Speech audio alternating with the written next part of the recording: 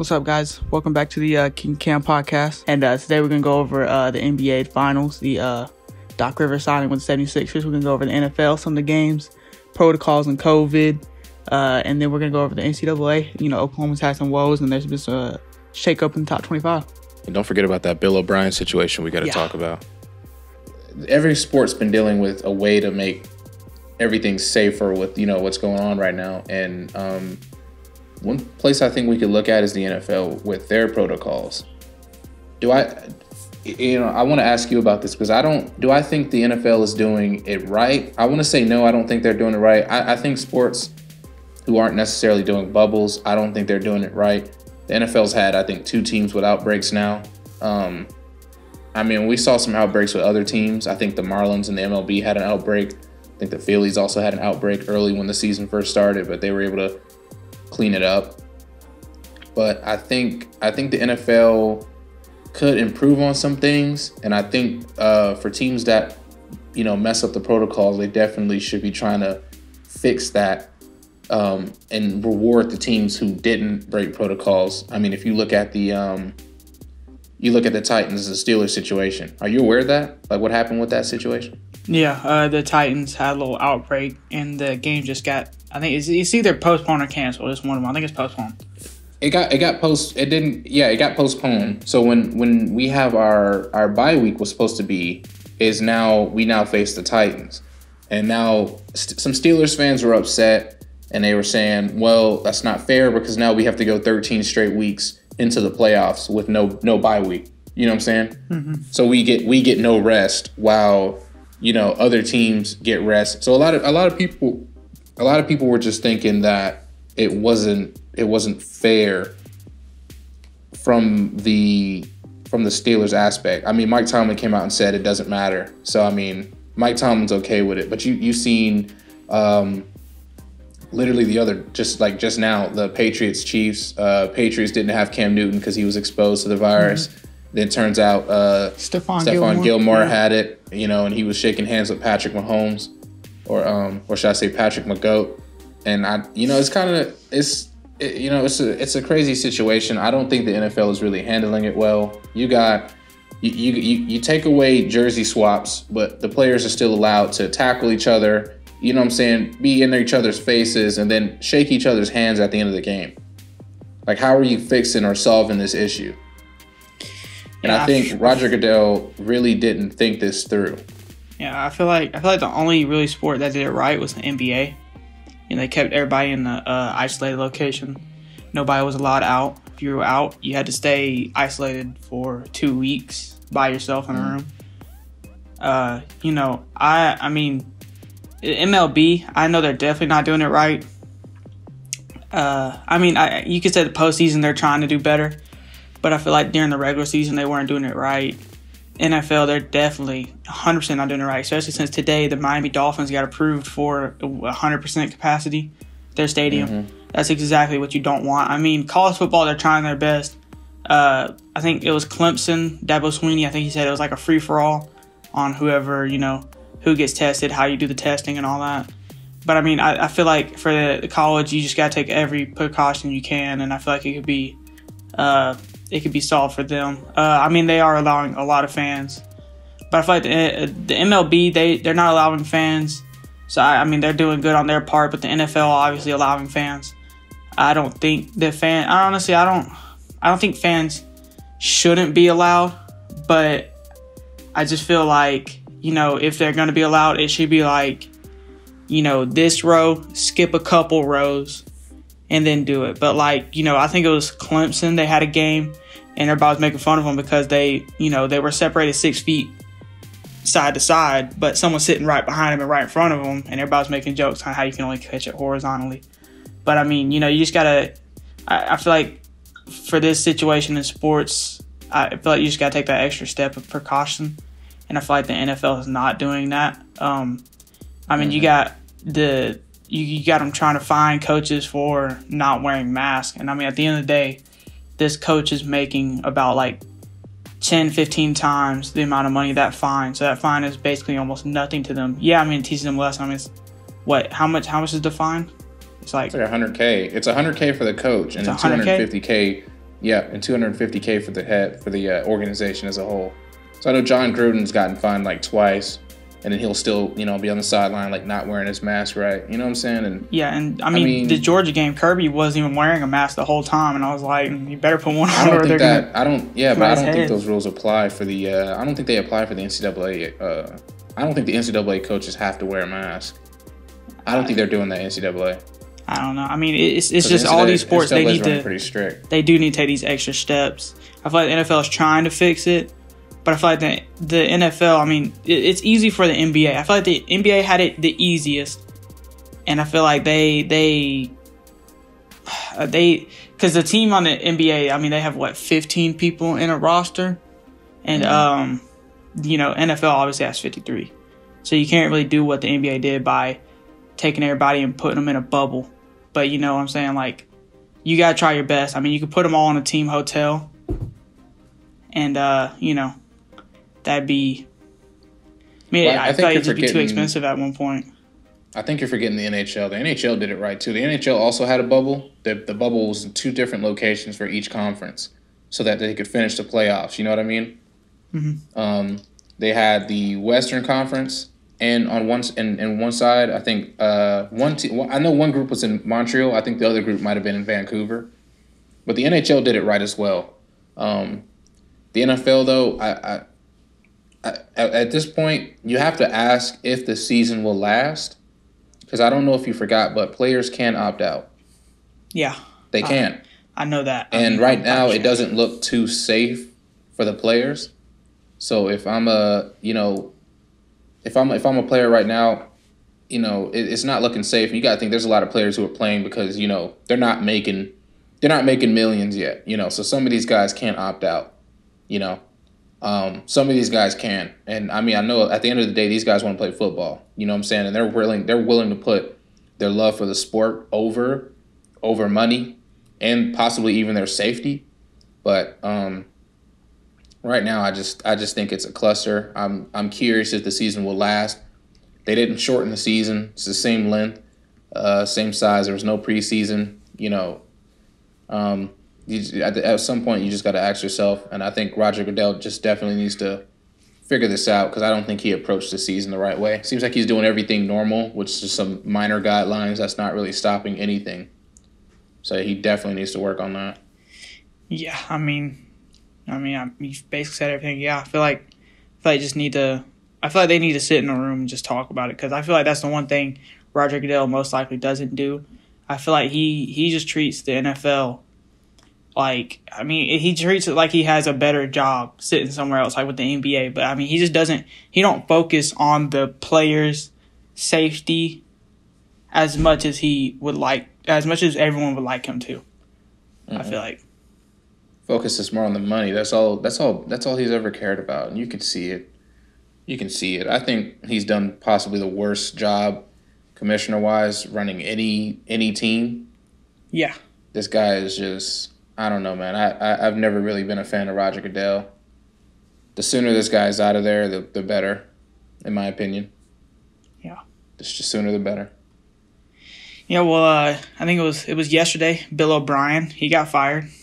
He was the general manager / head coach for the Texans. I feel like this has been needed since last year, the year before last year. This has been needed since he was signed. I mean, technically. Let's be real.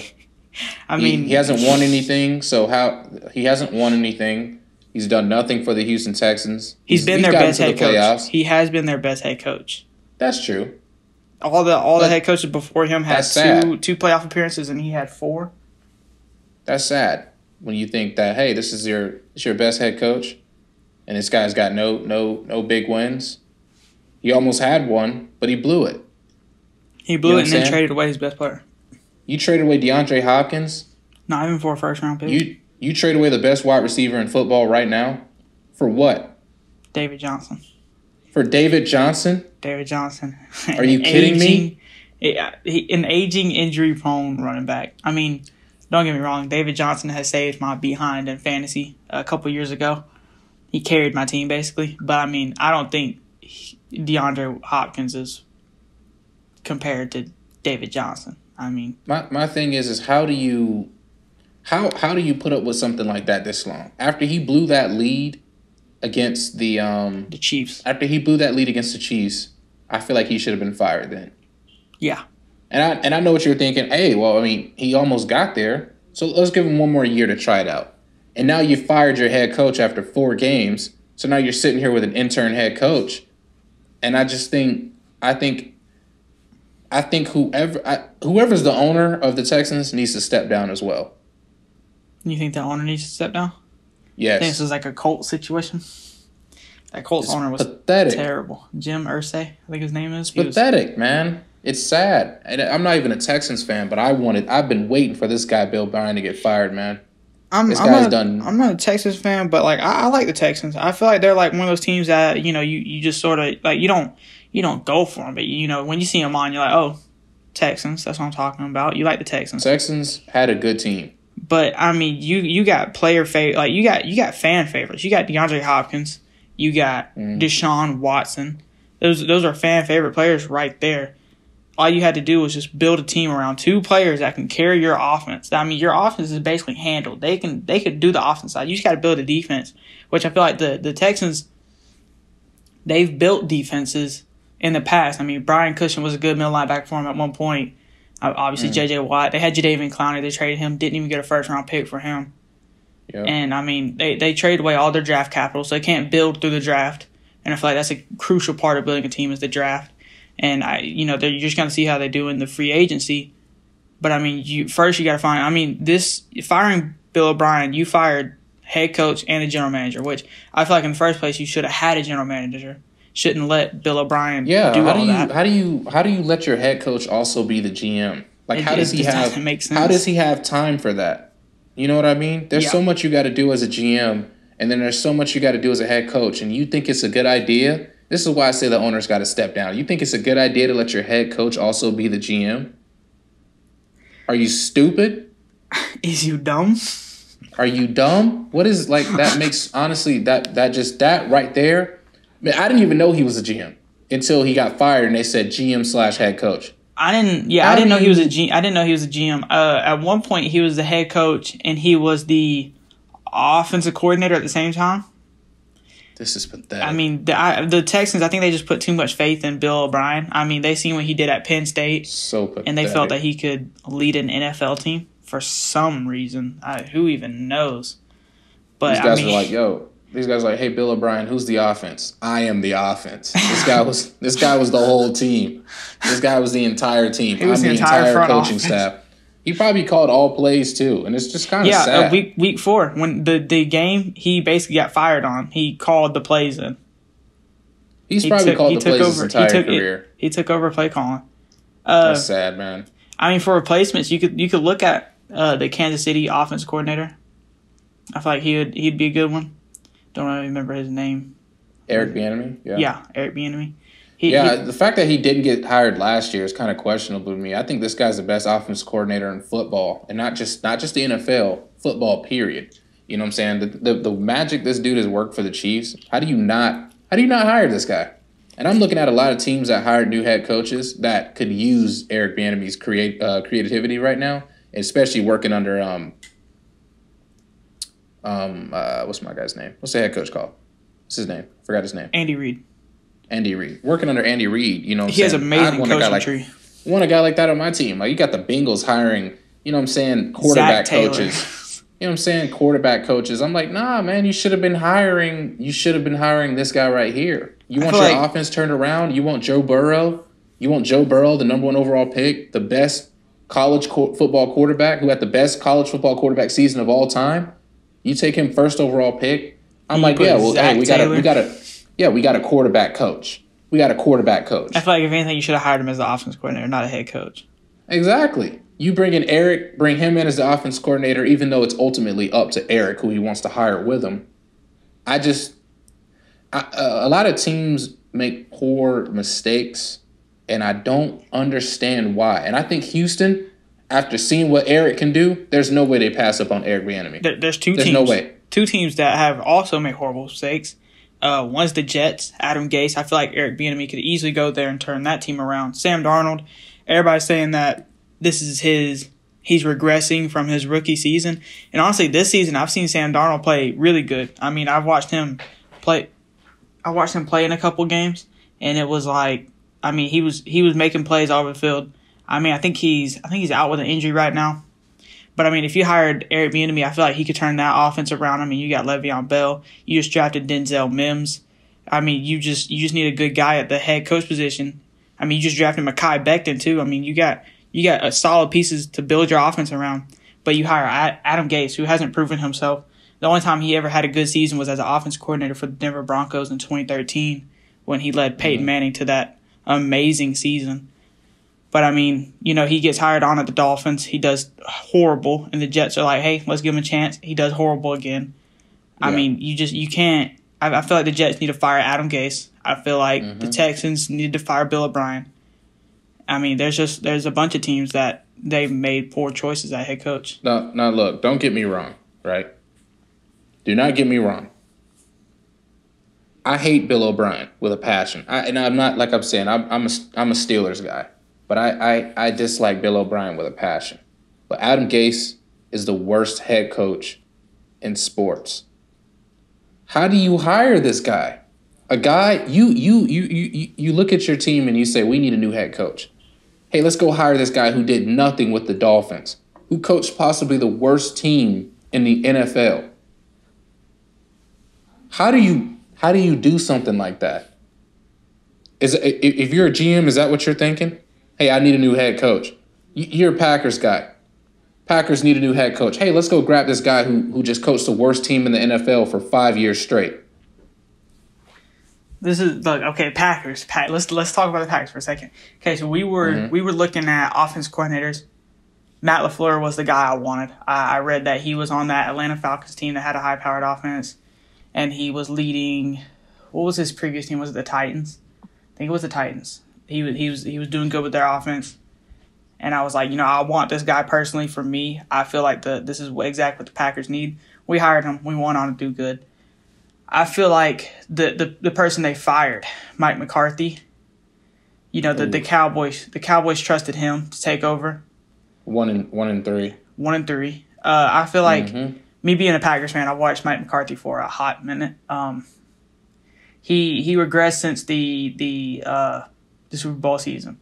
A lot of people were putting the blame on Aaron Rodgers for play calling and you know, his targets aren't good, so he's obviously not going to play good.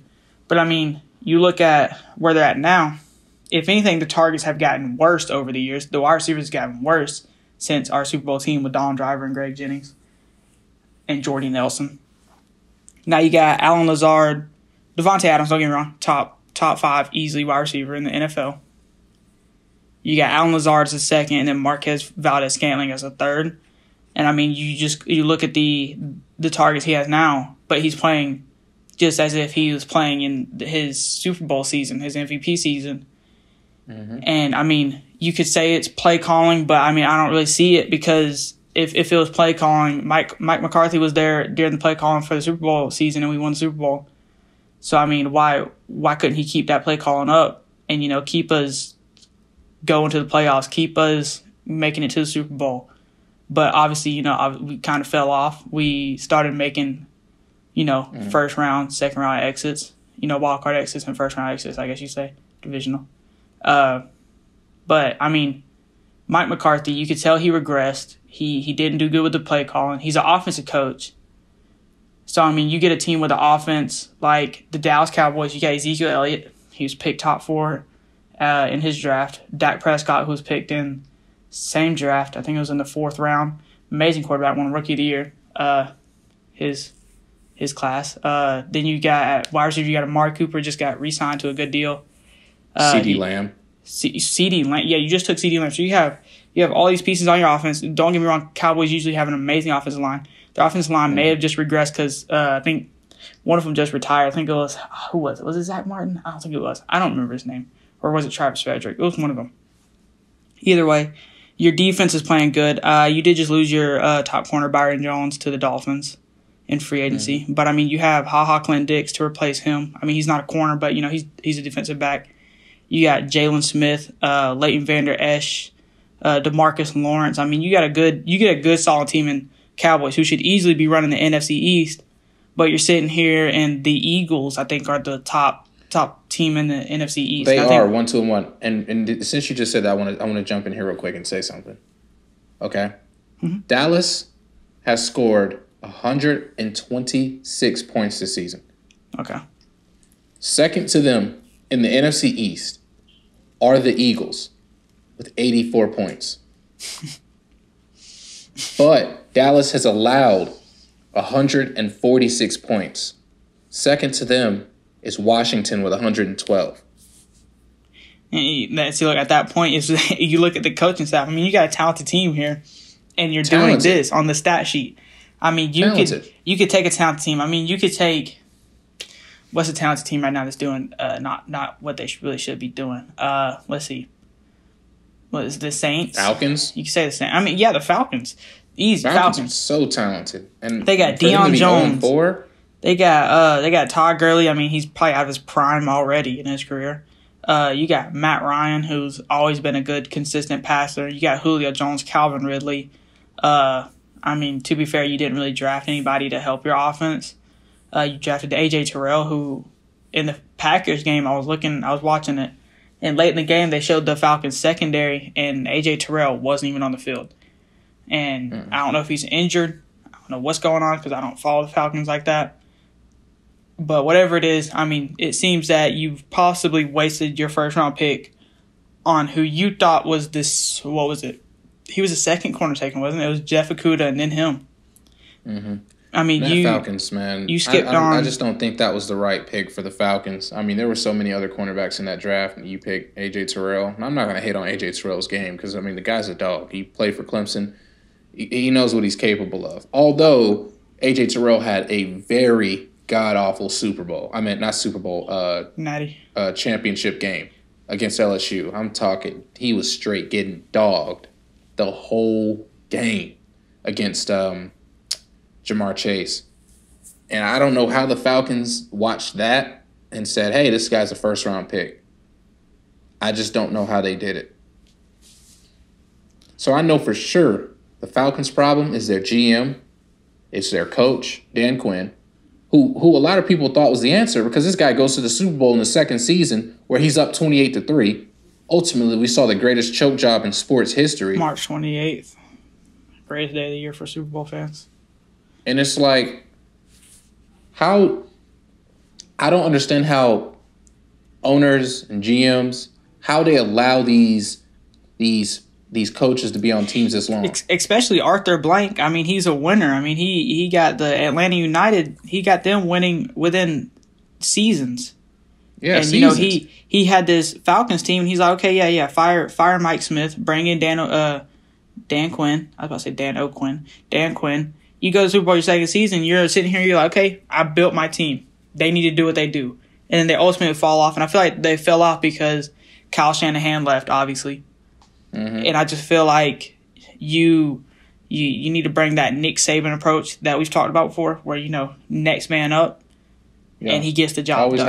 Always have the next guy ready. Like with Bama, you got offense coordinators going out, coming in. Defense coordinators going out, coming in, and they're still the same dominant team. Now, don't get me wrong. Alabama's defense has taken a dip lately. They have. And I feel like mainly one of the reasons for that is because obviously I think they've lost some recruits to Georgia, but that doesn't get past the point. This guy Saban already has guys lined up. You lose an offense coordinator, you bring another guy in. They still have this dominant offense. But with the Falcons, it's like they've lost Kyle Shanahan and they never regrouped from that. Yeah. You know, they what was it? Who was it? Matt LaFleur, he was the quarterback's coach for Matt Ryan on his MVP year, right? I think so. Let me. I think that was what it was. I know he had something to do with Matt Ryan's MVP year. He did. He was with the Titans one year or something like that, where they did something good. I remember hearing about that. And I mean, this guy he's going to Green Bay, and he's got Green Bay looking good. You know, I think Green Bay's the second best team in the league. But the Falcons, they've lost a touch, and it sucks. And, you know, I've been able to watch the Falcons firsthand, and they're not a bad team. He was a 2 years quarterback. For 2 years he was a quarterback coach for the Falcons. Yeah. Then he went to the Rams to be their offense coordinator under Sean McVay. I think that's where he really took off as a coach. Yeah, and apparently working with Sean McVay is needed because everybody who works with Sean McVay gets a head coach job. We all know that. Yeah, I watched a video on NFL's YouTube, and it was like they were talking about how at one point in the season, or at one point in these couple of past years, that if you even sat at a lunch table with Sean McVay, you're going to get hired. It was honestly true. Yeah, like the Bengals hired Zach Taylor, but I think it's not people who work with Sean McVay. I think they're trying to find people like Sean McVay. Yeah, guys like how Mike Tomlin was. Coach. You got Sean McVay. Coach who's good, who can coach for years. You know what I'm saying? Yeah. I mean, you got Sean McVay. You got Kyle Shanahan, Matt LaFleur. Yeah. I mean, you got Zach Taylor in parentheses. Yeah, because I think they want coaches who can relate to the players now. Like Kyle Shanahan's a young guy. Mm-hmm. You know, he was younger. The way he can talk to the players and keep that morale high. Because a good morale team is good these days, and I think that's what a lot of teams want. Good morale is obviously important. I mean, the Miami Heat. I feel like that's a good morale team. See how far they've gone. Exactly. Keep your morale up, and you'll do good. But speaking of next man up, the Patriots. I feel like they're adjusting well without Brady. They signed Cam Newton to a 1 year I wouldn't even say prove it deal. I would say, they just signed him because they didn't have a quarterback, and they're like, hey, this is the best. They signed Cam Newton for nearly free. Basically. Cam Newton said this ain't even football. This is a business trip for him. Pockets change. Cam Newton said this is a business trip. Yeah, he doesn't. He's not there next season, obviously. I'm not a guy that normally roots for Cam Newton. When he had his MVP season, I was a fan of him. Obviously they made it to the. Hey, look. Let's be real here. He won MVP as a quarterback who wasn't highly. Let me not say that because it's not really. I was going to say something. I was going to try to relay him to Lamar Jackson, but that's kind of pointless. But this guy went to the Super Bowl. Obviously, I'm talking about they laid an egg in the Super Bowl, but. This guy said it's a business trip. I don't normally root for, Cam Newton. But, I'm looking at what he's doing with the Patriots. I'm sort of rooting for him. And I'm sort of rooting for him. How do you pass on this guy in free agency? Yeah. All these teams. These teams are signing guys like, I think the Redskins, they just signed Kyle Allen in that free agency, and he's about to start for him because Dwayne Haskins is booty cheeks. Booty. Man was laughing at Daniel Jones during the draft. He should have been outside working on his pass game. You're out here laughing at Daniel Jones. Let's be real here. Both teams. Daniel Jones is 0-4 right now. But he got to start. He's a better quarterback. But he's a better quarterback. He got to start. He's a way better quarterback than Haskins. Let's be real here. Yeah, let's be real. He is a better quarterback. Honestly, I thought Daniel Jones was a good quarterback in that draft, but I just felt like he was a 3rd round pick, not a number 6 overall. Well, it wasn't a bad pick for New York. I think Daniel Jones will go through the same turnaround that we're seeing with Josh Allen right now. You think so? Yeah. I thought once they get that man some weapons, once they get him some weapons, it's over. I thought Josh Allen was the most talented quarterback in his draft. I thought Pat Mahomes was the most talented in his draft. I got a good eye for quarterbacks. I say Daniel Jones is a good quarterback. I felt like he should have been taken 3rd round, not 1st round, but say he's a good quarterback. I'm not gonna lie. I giggled at that pick as well. But I'll eat my words. Okay, no, I take that back. I do not have a good eye for quarterbacks. I said Deshaun Watson was going to be a bust. He did say that, and I said you're capping. I said he was capping. But I told you, I said Patrick Mahomes is the most talented in his draft, and I told you Josh Allen was, especially after I seen that video of him throwing, what was it? I think it was 75 yards on his knee or something like that. Mm-hmm. You just got to look at that stuff, and you're like, okay, yeah, this dude got some talent. I think right now, the biggest thing in the NFL with quarterbacks is making sure they have an arm. You see how well that's working for Patrick Mahomes. Josh Allen. Every game he's got like 2 touchdowns where he just throws it to somebody burning deep. It's that easy. Yeah, Josh Allen, you look at Josh Allen, he got Stephon Diggs now that can, go deep, just burn him. He can just lob it up there. He'll burn him. Patrick Mahomes, he got Mecole and Tyreek. Throw it up. They'll burn him. Why do you think cornerbacks are fast now? Why do you think cornerbacks work on their speed so much now? Because now you got every wide receiver you got these speed guys, speed demons just running up the field. Speaking of that, you can't cover that. The Patriots, they had their fastest player on defense on Tyreek Hill. They're doing a very good job of stopping Tyreek Hill. Honestly, they had There's one of the McCourty twins. He's just really. I think it's Devin. I think he's just so fast. I don't remember his name. I don't remember which one it is. But one of the McCourty twins. He was on Tyreek, and it was like the Patriots played. I think it was 10 in the box. They played 10 players in the box. So obviously, if you're the Chiefs, you're like lobbing it deep to Tyreek. He threw it deep to Tyreek. 10 players in the box. I think 3 of them rushed. The rest dropped back in mid coverage. And the 2 outside corners, which was McCourty and someone else, was man-to-man. And they were stride for stride with Tyreek and Mecole. I don't even know who the other receiver was because it was throwing to Tyreek. But, I mean, McCourty stopped the play. He swatted it away. And I feel like, it was a really good play. I seen it on it was on SportsCenter. They reviewed the play and it looked amazing. I mean, I was like, how can you even go against this? Well, Bill Belichick, I think, is possibly the greatest coach of all time. You think you can't put Stephon Gilmore on Tyreek Hill, okay? Unless you've got a safety over the top.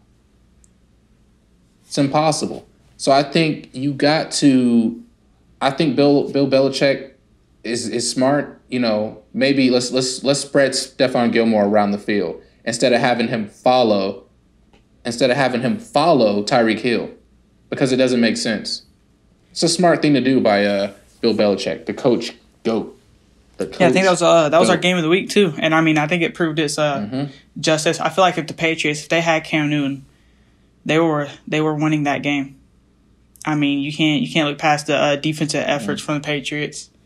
I mean the offense, obviously. I mean you take away that pick 6 by Jarrett Stidham, you have a whole different ball game if Cam Newton's in that game.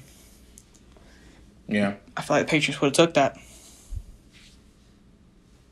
Yeah, speaking of our game of the week, I mean, how was last week for some teams? Buccaneers Chargers. They the Chargers, they got themselves a quarterback. I didn't think Justin Herbert was the most talented in his draft, but I think he's no. I think he's proven his own. I mean the Bucs won 38-31, but him versus Joe Burrow is going to be a little fun going down the road. I think that could be a new young quarterback rivalry we look at, considering both these teams in the AFC. Like right now, you got Patrick Mahomes and Lamar. That's one of the new rivalries. I think another one now could be Herbert, Burrow. Justin Herbert and Burrow. Yeah, I mean, I could see it going down the road. I mean, I like the Chargers. I don't really care for the Bengals. I mean, they got AJ Green. I like him. But I mean, these 2 teams, I could see them. I mean, it just depends on how they build their teams. But I feel like they could be lethal down the road against each other. We also got the Browns and the Cowboys. That was feel like the Browns they got themselves a team here. I mean, you do got Nick Chubb injured, but I mean them playing without Nick Chubb against the Cowboys, it's kind of good. Still dropped 49. The Mike McCarthy effect. I saw. Jason Garrett. Listen, hear me out. Jason Garrett never started a season 1-3 as a coach of Dallas. Mike McCarthy has done it in his first season. Man's built different, bro. He's feeling dangerous this season. He's feeling super dangerous. Speaking of Jason Garrett, isn't he like the offensive coordinator of the Giants or something like that? Yeah, he's the offensive coordinator for the Giants. And guess what? They're last in the NFC East in points scored with 47. Closest team to them has 79. Congratulations, Jason Garrett. Dude, you were born. You were ready for this, bro. Dude, these teams, bro. I mean, like 47 points in 4 games. You have Saquon Barkley, man. I mean, to be fair, he's injured. He's injured now, but I mean, these first 3 games, I mean, you could have put up 21 easy, man. 47 points in 4 games. He's dangerous. Jason Garrett. He's dangerous. That's a dangerous offense right there. What is that, averaging about 12 points a game? This guy right here, man. This guy's just, he's ready. Man, I remember everybody was like, Jason Garrett's the problem for the Cowboys. At this point, I mean, Mike McCarthy is too. At this point, it's their owner. It's Jerry Jones. It's Jerry Jones. I think he should realize that pretty soon. Oh, my goodness. You score the most points in the NFC East, but you also allow the most. You cannot possibly be that. You can't be that bad, bro. You cannot be that bad. It's just pathetic, bro. Imagine being a Cowboys fan, sitting through that monstrosity that is Dallas. You got this great, talented. You have this great, talented team. How about them Cowboys? This our year, bro. Should be 0-4. That's the sad part. They should They be really 0-4. should be. The Falcons, bro. I swear. Dan Quinn, they need to fix that. Philadelphia really out here winning the NFC with a 1-2-1 record, bro. 1-2-1. That's crazy. Oh, my goodness. Anyways, moving on to next week. We got a couple of games we're going to talk about. We got the Bills and Titans. I feel like this would be a good game. You know, both these teams are undefeated. You got Josh Allen playing like an MVP candidate. Titans, you know, we don't know how they face against a good defense. They didn't play the Steelers last week. Should have, but obviously COVID. I feel like I don't know. I feel like the Bills will take this one. Follow the rules. I feel like the Bills will take this one. Bills got a lot of injuries, and that's kind of scary. You got Tre'Davious White out, Zach Moss, the rookie, out. I mean, but let's look at the Titans. Two of their two biggest wide receivers, Corey Davis, A.J. Brown, is gone. So, I mean, I think this is just going to be a pretty fun game. Tre'Davious White being out really doesn't matter anymore since Corey Davis will be gone and A.J. Brown's questionable. So, I mean, the Bills are missing a lot of offense.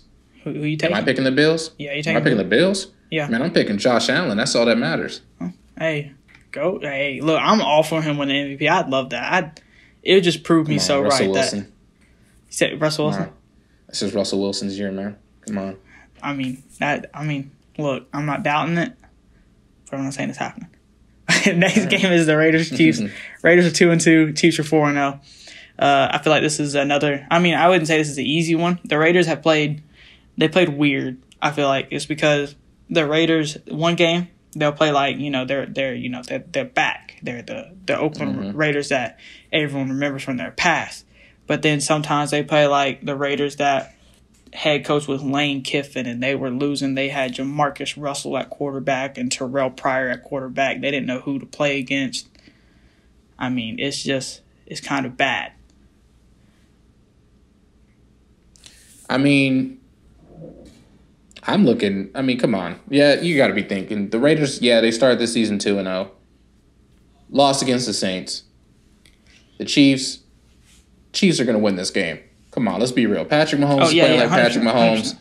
100%. Clyde Edwards is playing like good. And Travis Kelce is Travis Kelce. So, I mean, I like the Raiders. They got a lot of injuries coming to this game where Kansas City's only got like one guy on their injury report unless practice goes awful for them.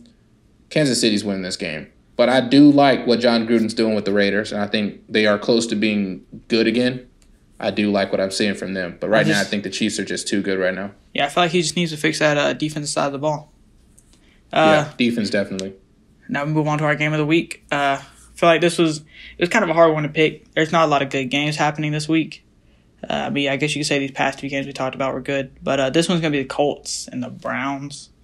It's not a very interesting by name-wise. Both 3-1. Colts looking good. Colts are a 1.5-point favorite. I feel like you could Odell Beckham on the injury report. But we all know he's going to play. Come on. Probably most likely. If he's questionable, he's playing. He's spread's questionable. 1.5. Yeah, spread's 1.5 in Colts' favor. It's weird that the spread is in the Colts' favor by 1.5 points, but the Browns on the matchup predictor are favorited by a couple of points, like a couple of points as in 0.2, 0.3 type. But I mean, I feel like I don't know if you got the Browns playing like they did last week, I'm taking the Browns easy. But if you got the Colts playing how I feel the Colts should play, I'm taking Colts. I don't know. I feel like how good is the Colts defense? That's what we need to look at. I don't know. I mean, they're missing. I mean, if the Colts don't have a good defense, which I don't know if they do, missing they got Darius a lot of Leonard. injuries. Yeah, they got a lot of injuries right Leonard, now. So yeah, I think the Browns. I think the Browns win this. Browns move to 4-1. No, I don't know. I'm taking Colts. I'm looking at some team stats right here. You got the Colts defense only allowing 252 yards a game, and you got the Browns on 423 yards a game. Look at the offensive game, though. Are the Browns back? Let's just be real here. Are the Browns back? I feel like the hiring of Kevin Stefanski really helps them. But, I mean, you got wins over teams in Cincinnati, Washington, and Dallas. I wouldn't say they're back just yet. Let's be real. I think Dallas is a good team. But Dallas beating them, you shouldn't. Dallas is a good beating team. Beating them, I wouldn't brag about it. You also got to think they only beat the Bengals by 5. Their most impressive win is against the Washington football team by 14, only 14. Yeah. I mean, if I wouldn't record wise, I'd consider them back, but as a whole team, I really wouldn't consider them back. I feel like they need more quality wins. And honestly, if they get this one right here, this would be a quality win for them. I feel like this could be one, and then they play the Steelers next week in Pittsburgh. So yeah, that's another quality right there. I mean, you got a good defense team, and fans are returning. Oh yeah, fans are returning. Fans are returning. A scary sight for the Browns. Terrible towel. The dog pound. For the dog pound. Oh my goodness. Anyway, I'm thinking I'm gonna take the Colts on that one. Anyways, we do got safe bets for you. Do you want to go first with yours? Yes, I would like to go first, and I'm gonna be picking Cardinals Jets. Cardinals Jets spread at 7. I think the Cardinals can clear that easily. I mean, we're looking at a Jets team that's struggling on pretty much both sides of the ball. Sam Darnold, by the way, injured, will not be playing. Yeah. So, Cardinals are clearing that easily. You got the best wide receiver in football, paired up with one of the best mobile quarterbacks in the league right now. Cardinals got to win this game by at least 14 points. They got to win by more than 7. The ability for them to not do that is pretty low. So yeah. I got the Cardinals. I feel like the Cardinals would run it on them. My safe bet, I feel like it was an easy choice for me. Seahawks are a 7-point favorite against the Vikings. I feel like they'll clear that easily. You got the Seahawks. Obviously, you got Russell Wilson. He's playing out of his mind. He has an 8-to-1 touchdown ratio. And then you got Kirk Cousins on the other side of the ball. He has a 1-for-1 ratio. Dalvin Cook's running the ball well here recently. But, also DK Metcalf is playing how everyone really expects him. I personally don't expect him to play like this, but everyone else who hopped on that hype train expects him to play. For the Vikings, you got Mike Hughes out, who is one of your top corners. But also for the Seahawks, you're looking at Jamal Adams being out. And that's really it. Quentin Dunbar, he's a corner. But, Adam Thielen shouldn't really be that big of a deal. I don't feel like. I'm going to tell you something right now. So when I'm agreeing with you here, and I'm going to tell you this real quick. When DK Metcalf got drafted by the Seahawks, they had their fans. Their fans were calling this guy DK Swolecalf. Okay. This guy right here, man, 16 catches, 403 yards. Would you want DK on your team? Me being a Packers fan, yes. Exactly. And you got MVP Russell Wilson. I think they said this guy's on track for 60 touchdowns. Should be 60? an NFL record. Yeah. That's 100% an NFL record. I can assure that. This guy is clearly going to win MVP this year. I think it's usually it's one of those seasons where usually every NFL season by week 5, you know who's going to win MVP. Yeah. I don't know. Last year was kind of. You didn't really know for sure until No. Last year we knew Lamar was winning. I don't know, man. Everybody expected Patrick Mahomes to go back-to-back. No. Because Patrick Mahomes missed 3 games, and Lamar Jackson was playing out of this world. We knew it was Lamar. We knew it was Lamar by week 4. Come on, bro. Everybody knew Lamar was the best in the league last year. Russell's most likely going to win it. Yep. I feel like the Seahawks are an easy bet on this one. Seahawks are undefeated. They can make it pretty far, I think. Let me look at their schedule real quick, because if they can go undefeated, the Packers got some trouble. Let's see. Do they play the Packers in the regular season? That's good. They don't, so we can say that for the playoffs. Let's see. AFC they play the Vikings, who they could easily beat. Arizona, who they could beat. San Francisco, who they could beat. Depends on how San Francisco's injuries are looking. They traveling to Buffalo. Buffalo's going to be a problem. Buffalo. I feel like it's traveling. Looking at their schedule, that's the only I don't know. I feel like that traveling to LA could be a little bit of a hassle, mainly because I feel like it'd just be. LA's definitely got a better defense than the Seahawks, but obviously the Seahawks got a way better offense. But I don't know. This LA team's been playing a lot better than they usually do. But I don't know. You got a questionable one at Buffalo, questionable one at LA. But I feel like the rest of these games, I feel like it's going to be an easy trip to the postseason for them. if they don't make it to the postseason, I think you really start questioning Pete Carroll. They don't make it to the postseason? If they don't. Yeah, that's not happening. That's why I said if they don't, you got to really start questioning stuff. Yeah, well, you don't even need to question that because that's not happening. Moving on. All right, this last weekend in college football, top 25 shakeup, as a lot of top teams fell. But we're going to move on to the game of the week. How you feel about game of the week? I mean, I'm feeling good. As a Georgia fan, Georgia just looked absolutely dominant against Auburn. I mean, as a Georgia fan, that's what I've been waiting to see. I mean, I can't really fathom how good it felt to see Georgia do what they did to Auburn. I mean, they looked dominant on just both sides of the offense. Stetson Bennett, the mailman, he looked good on some plays. Can still improve. Definitely got to improve before that Week 4 game against Alabama. Our run game looked pretty good, but I was just really impressed with how Todd Monken called his plays. But I mean, if you're a Georgia fan, I think when you win games like this, you think about can this team beat the best in the league? And I think the best in the league right now is Bama or Clemson. And I think if I ask myself that question, I think yes, Georgia can beat this team, but can Georgia be consistent against those teams? And as they were against Auburn. So, I mean, I think that's how I have to look at this, and I think we'll really see how good this Georgia team is when they face Bama. No, yeah, I think this was a real prove-it game for Georgia. You got one of three where it's Bama, Florida, and Auburn, and the way we just rolled over them. Both of us being Georgia fans, obviously that was good to watch. But I mean, the only thing I'm worried about is the rushing game. We don't really have – I mean, obviously Zamir White, he played well. He played amazing second half against Arkansas. And he played – you could say he played above average against Auburn. But, I mean, I really thought this was a prove-it game. Auburn isn't as good as they seem. I feel like Bo Nix, don't get me wrong, he's a great quarterback. He knows how to move around the pocket. But, I mean, like, if you so-called have the best receiver in the SEC and he's not doing what he's supposed to be doing against one of the best defenses in the SEC, I don't know how they can call him best wide receiver in the SEC and say this is a top team in the SEC whenever you got teams like Georgia, Florida, and Bama going out there and playing how they did. And honestly, last week, Mississippi State, but as you know, they got upset. But, I mean, it's just, at the end of the day, you got to look at this game as a prove-it game for Georgia, and I think they proved that their offense can get some momentum. Of course, you want to see more points scored, but, like, Georgia, they haven't been able to score points since 2017.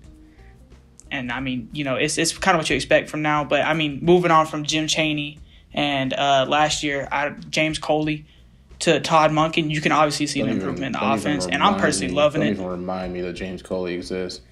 I don't even want to be reminded. Honestly, I forgot his name for a second. I kind of stuttered there with his name. Georgia but at all.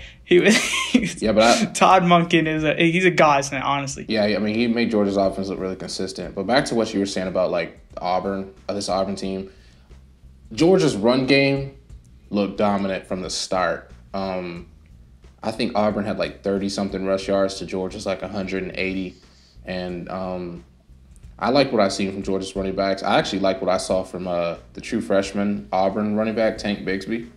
I mean, he looked pretty decent out there. I mean, he was trying to it was pretty much just him and Bo Nix. I mean, when you consider he had 68 receiving yards to go with 31 rushing yards, even though, I mean, it was even hard for him to rush. But I think they had a starting running back who was out. But you said you don't think Auburn's that good anymore. I think this was a game that really was going to tell us about both of these teams. And I think this game showed us. Yeah, I feel like it was a prove-it game for both. And I think this game showed us that. I mean, I said on last week's podcast, I said Auburn's pass game is not as strong, does not look as strong as it did the season before, and Georgia just proved that. I mean, Georgia's got a bunch of freshmen, young guys in that wide receiver, and they're just straight burning these veteran Auburn DBs. I mean, Auburn lost their top DB with a targeting call, so did Georgia, and Auburn still didn't score a touchdown. So, I mean, 6 points, I mean, that's just rough. I mean, Bo Nix still looks like he did last year. Doesn't look like he's improved as a passer. His pocket presence is still shaky, and this Auburn offensive line is possibly the worst in the SEC. Yeah, you're letting Georgia get sacks against you, so that's not. I mean, Georgia's not a team known for sacks. Georgia's not a team for sacks. But, I mean, but they honestly, definitely put a lot of pressure on the quarterback. But I mean, I'm seeing a lot of improvement on the defensive line with Aziz. You know, he got to the quarterback a lot. He got a lot of pressures, but I mean, Aziz had a sack. Adam Anderson, we need to talk about him. He is one of the bright spots of this Georgia defense. I mean, a couple of years ago, you know, him being a 5-star, we didn't really see him a lot. You know, honestly, me and you both forgot he was on the roster at one point. I didn't forget. But I mean, he comes in this game. He gets 2 sacks, almost 3. It should have been honestly a sack and a forced fumble, but they let Bo Nix toss it away when it honestly fell out of his hand. But I mean, you get these guys getting sacks. You know, Georgia's not normally a team with sacks. I mean, they haven't been a team with sacks since, you know, Leonard Floyd and Jarvis Jones were on the team. And, you know, those 2 separate Georgia teams right there. So, like, you know, they're not normally known for sacks. And you got this team coming out with Aziz. You got Malik Herring, Nolan Smith, Adam Anderson now. I feel like this Georgia defensive line is much better than it has been these last couple of years. Dude, Adam Anderson looked so dominant against Auburn. I mean, the speed this man had coming off the edge. I mean, he shocked me a lot with his play against Auburn. I'm hoping we can see him stay consistent, and I definitely think he should see the field a lot more. Definitely needs to be talking to Dan Lanning because Adam Anderson just looked beautiful in the way he was playing. This Georgia defense, I think, is the best in the nation, and teams should definitely be afraid of them. And they got a big game against Tennessee, and I think Tennessee's got that streak. If Tennessee wants to keep the streak alive, they have to be able to play offense. And doing that against Georgia, you might want to ask. It's really hard. Ask Bo Nix what playing against this Georgia defense is like. He'll let you know. Yeah, and you know, Georgia last year they didn't allow a single rushing touchdown by a running back. Obviously, they allowed 1 to Bo Nix and 1 to I think the Baylor quarterback. But other than that, so they've gone on from completely last year in these first 2 games without allowing a single rushing touchdown from a running back. We'll see if that streak continues. Honestly, Tennessee, they got a good running back in Ty Chandler, I think his name is. But, I mean, we'll see what happens next week. But moving on to LSU, they dominated Vanderbilt. But the team that beat LSU last week, who dominated LSU, was Mississippi State. And they just lost to Arkansas. So, I mean, what does this really say about these 3 SEC teams where LSU, they get dominated by Mississippi State, then they go dominate Vanderbilt, but the team that dominated LSU, the defending national champions, gets dominated by, or not really dominated, but gets beat by an Arkansas team that hasn't won an SEC game in, 20 straight games? Yeah, I mean, I'm trying to figure out how does this affect LSU from the committee. I mean, LSU just absolutely dominated on the offensive side of the ball by Mississippi State, and Arkansas just completely shut down Mississippi State's offense. I mean, you're looking at KJ Costello. I mean, this guy just purely dominated the week before, and then he just gets clamped up by this absolutely clamped up by this Arkansas defense. And I didn't think I would ever say that. I mean, Arkansas's defense. Yeah. Arkansas's defense. And they only had 1 sack. Oh, my goodness. So it was straight up just defensive backs playing how they should be playing week in, week out, and this team tackling well on the Arkansas side of the ball. But, I mean, you look at KJ Costello. Other than those 3 interceptions and only 1 touchdown, he didn't have a bad game. But you got to look at the 3 interceptions. I mean, this is a guy coming into this week as a Heisman hopeful. And then he comes in against Arkansas. Again, a team that hasn't won a conference game in 20 straight conference games. They've lost 20 straight conference games. And they come in and beat the team that just knocked off the number 6 team. Wasn't LSU number 6? They were number 6. The number 6 team in the nation by a landslide. I mean, you got to look at this Arkansas team. It's either this is a fluke game by Mississippi State or Arkansas can actually do something. Whereas you look at last week as they held Georgia to only 5 points in the first half. To be fair, Georgia was playing DeJuan Mathis. He's not as good as quarterback as everybody thought. I even thought he was a good quarterback. Kid obviously thought he was a good quarterback. Turns out he was not. He's not ready for the spotlight yet. He is a redshirt freshman. But, I mean, you look at this Arkansas team, I'm thinking that it's obvious now that Sam Pittman might be the answer for this team. But you just got to look at how they recruit now and if they can keep winning. I mean, if this Arkansas team can go 4-what, we're playing 10 games right now, so 4-6 or 5-5, I think you could really look at this team improving on both sides of the ball in recruiting. I mean, they're obviously the recruits are going to see this team stepping up to what they were in the early 2010s whenever they had a couple ranked teams. But, I mean, you know, obviously we were making fun of Felipe Franks after that Georgia game. But honestly, he did come in this game and he played how he should be playing. He was a really good quarterback at Florida. No disrespect to him. Obviously, I'm a Georgia fan, so I hate to say that, but no disrespect to him. He was not a good quarterback at Florida. He was a better than average quarterback. He's a starting caliber. He's a starting caliber quarterback. He's not You're disrespecting if you say no. I don't think so. I'm sorry. But I mean, me looking at this Arkansas team, obviously they want to throw the ball, but I'm looking at the running backs, and Rakeem Boyd, he's a pretty good running back. He didn't do very well against this Mississippi State defense. I think you got to look forward. You got to see if Arkansas can fire on both sides of the offensive ball on rushing and passing. Yeah, I mean, Arkansas's defense forced 3 interceptions. I think a pick 6 as well. 3 interceptions from Costello. And you say he still had a good game. I doubt it. I disagree completely. 43 completions, 313 yards. You kidding me? 43 completions with only 16 incompletions. Yeah, but I mean, his top receiver had 5 catches for 61 yards. Just took a step down. I mean, a lot of people are so quick to put a lot of respect on this Mississippi State team, and just like that, they've lost all of it. I mean, that's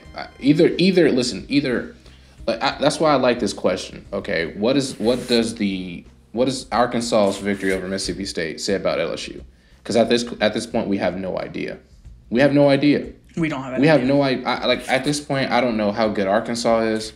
At this point, I don't know how good Mississippi State is, and I don't know where LSU is.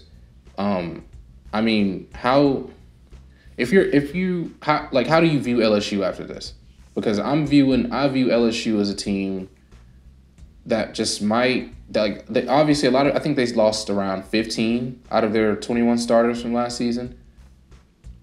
Or something like Either that. LSU in week 1 was just trying to recover, regroup, figure out who they were, and they failed miserably, or they're just not that good of a team.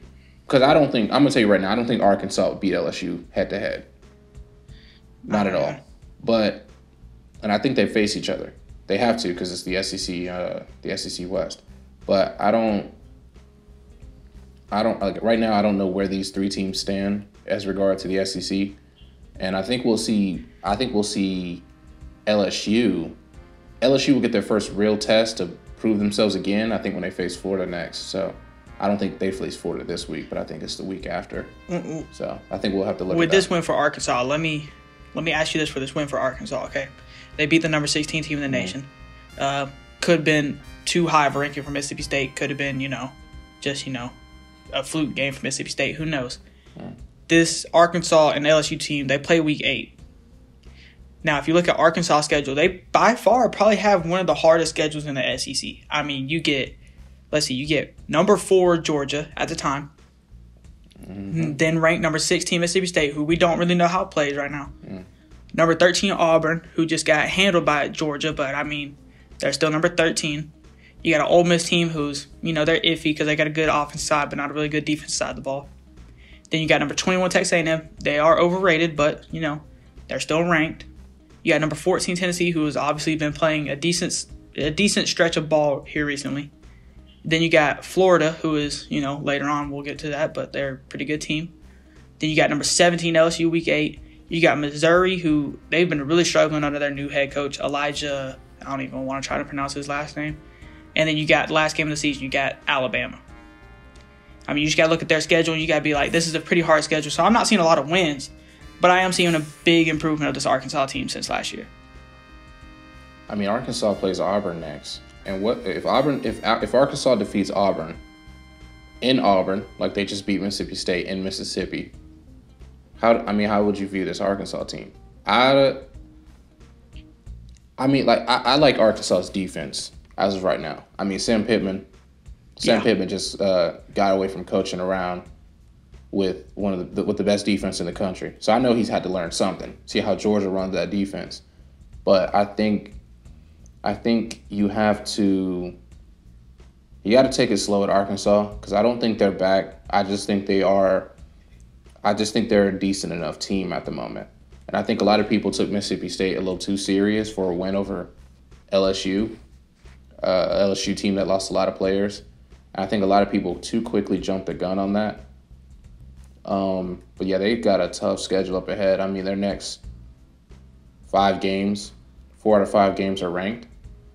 Or we could say 5 out of 6 are ranked teams, including LSU. And then they face Bama to end off the season for them. So, With 6 out of 8, really. I mean, either way you look at it, it still looks bad for Arkansas. Yeah, it doesn't look too good for Arkansas. The SEC West is pretty powerful, and then you can throw into some of these East teams like Florida and Georgia. Yeah, it's not looking too good for them, I don't think. Even Tennessee there. But I mean, if this Arkansas team could win 2 of these ranked games, plus obviously the unranked teams, I think you guys start taking this Arkansas team kind of serious. I mean, it's a bit of a stretch, I know. But, I mean, if they win those games, you got to think they're going to probably get some recruits in. You know, being in the SEC, Sam Pittman was obviously an amazing recruiter at Georgia. He was the offensive line coach there.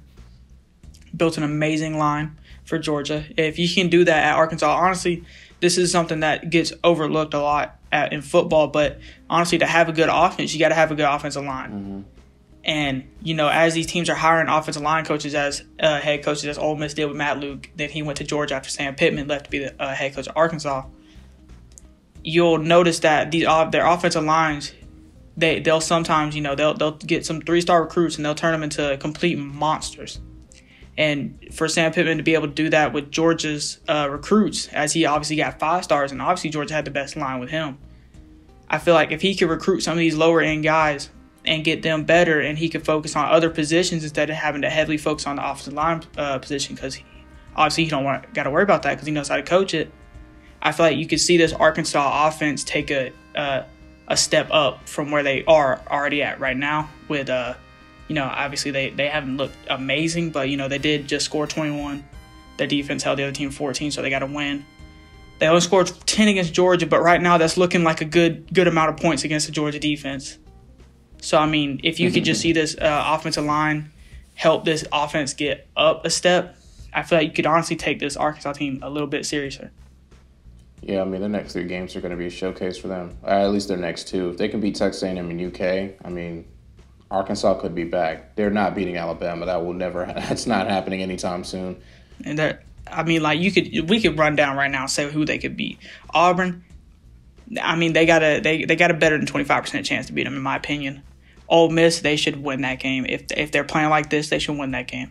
Texas A&M, they should win that game. Tennessee, they're probably going to lose. Florida, they're going to lose. LSU, they're probably going to lose. Missouri, they should win. Bama, they should lose. That should be my opinion. So they should be what, 2-1, or no, 1-2, 2-2, 3-2, 3-3, 3-4, 3-5, 4-5, 4-6. Like I said, I mean they could go 4-6 easily. Mm-hmm. I mean, I agree. I mean, they got some tough teams here. So, I mean, we'll just see how it goes because they could easily lose out, in my opinion. They could easily lose out. But it's just, I mean, we're going to see what Sam Pittman does with this team. I feel like this is another one of them SEC teams where you just got to look at the defensive side of the ball right now. And I feel like Arkansas, they got some real good defensive side of the ball, honestly. Mm-hmm. I'm excited to see how Sam Pittman recruits for him, too.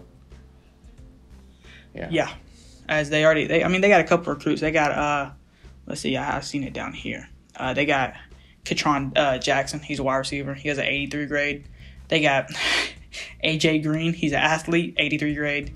Javion Hunt. He's a running back, 80 grade. Lucas Coley, who's a quarterback / defensive tackle. That may be that, or I think it's dual threat. I'm tripping. 80 grade, and then an offensive tackle who's a 79 grade, and Terry Wells. I mean, it's not terrible recruiting, but I mean, if you're the SEC, obviously you got to improve on that. But I feel like Sam Pittman, I feel like he'll turn it around. So out of these 3 teams, Arkansas, LSU, Mississippi State, who's the best team? Right now,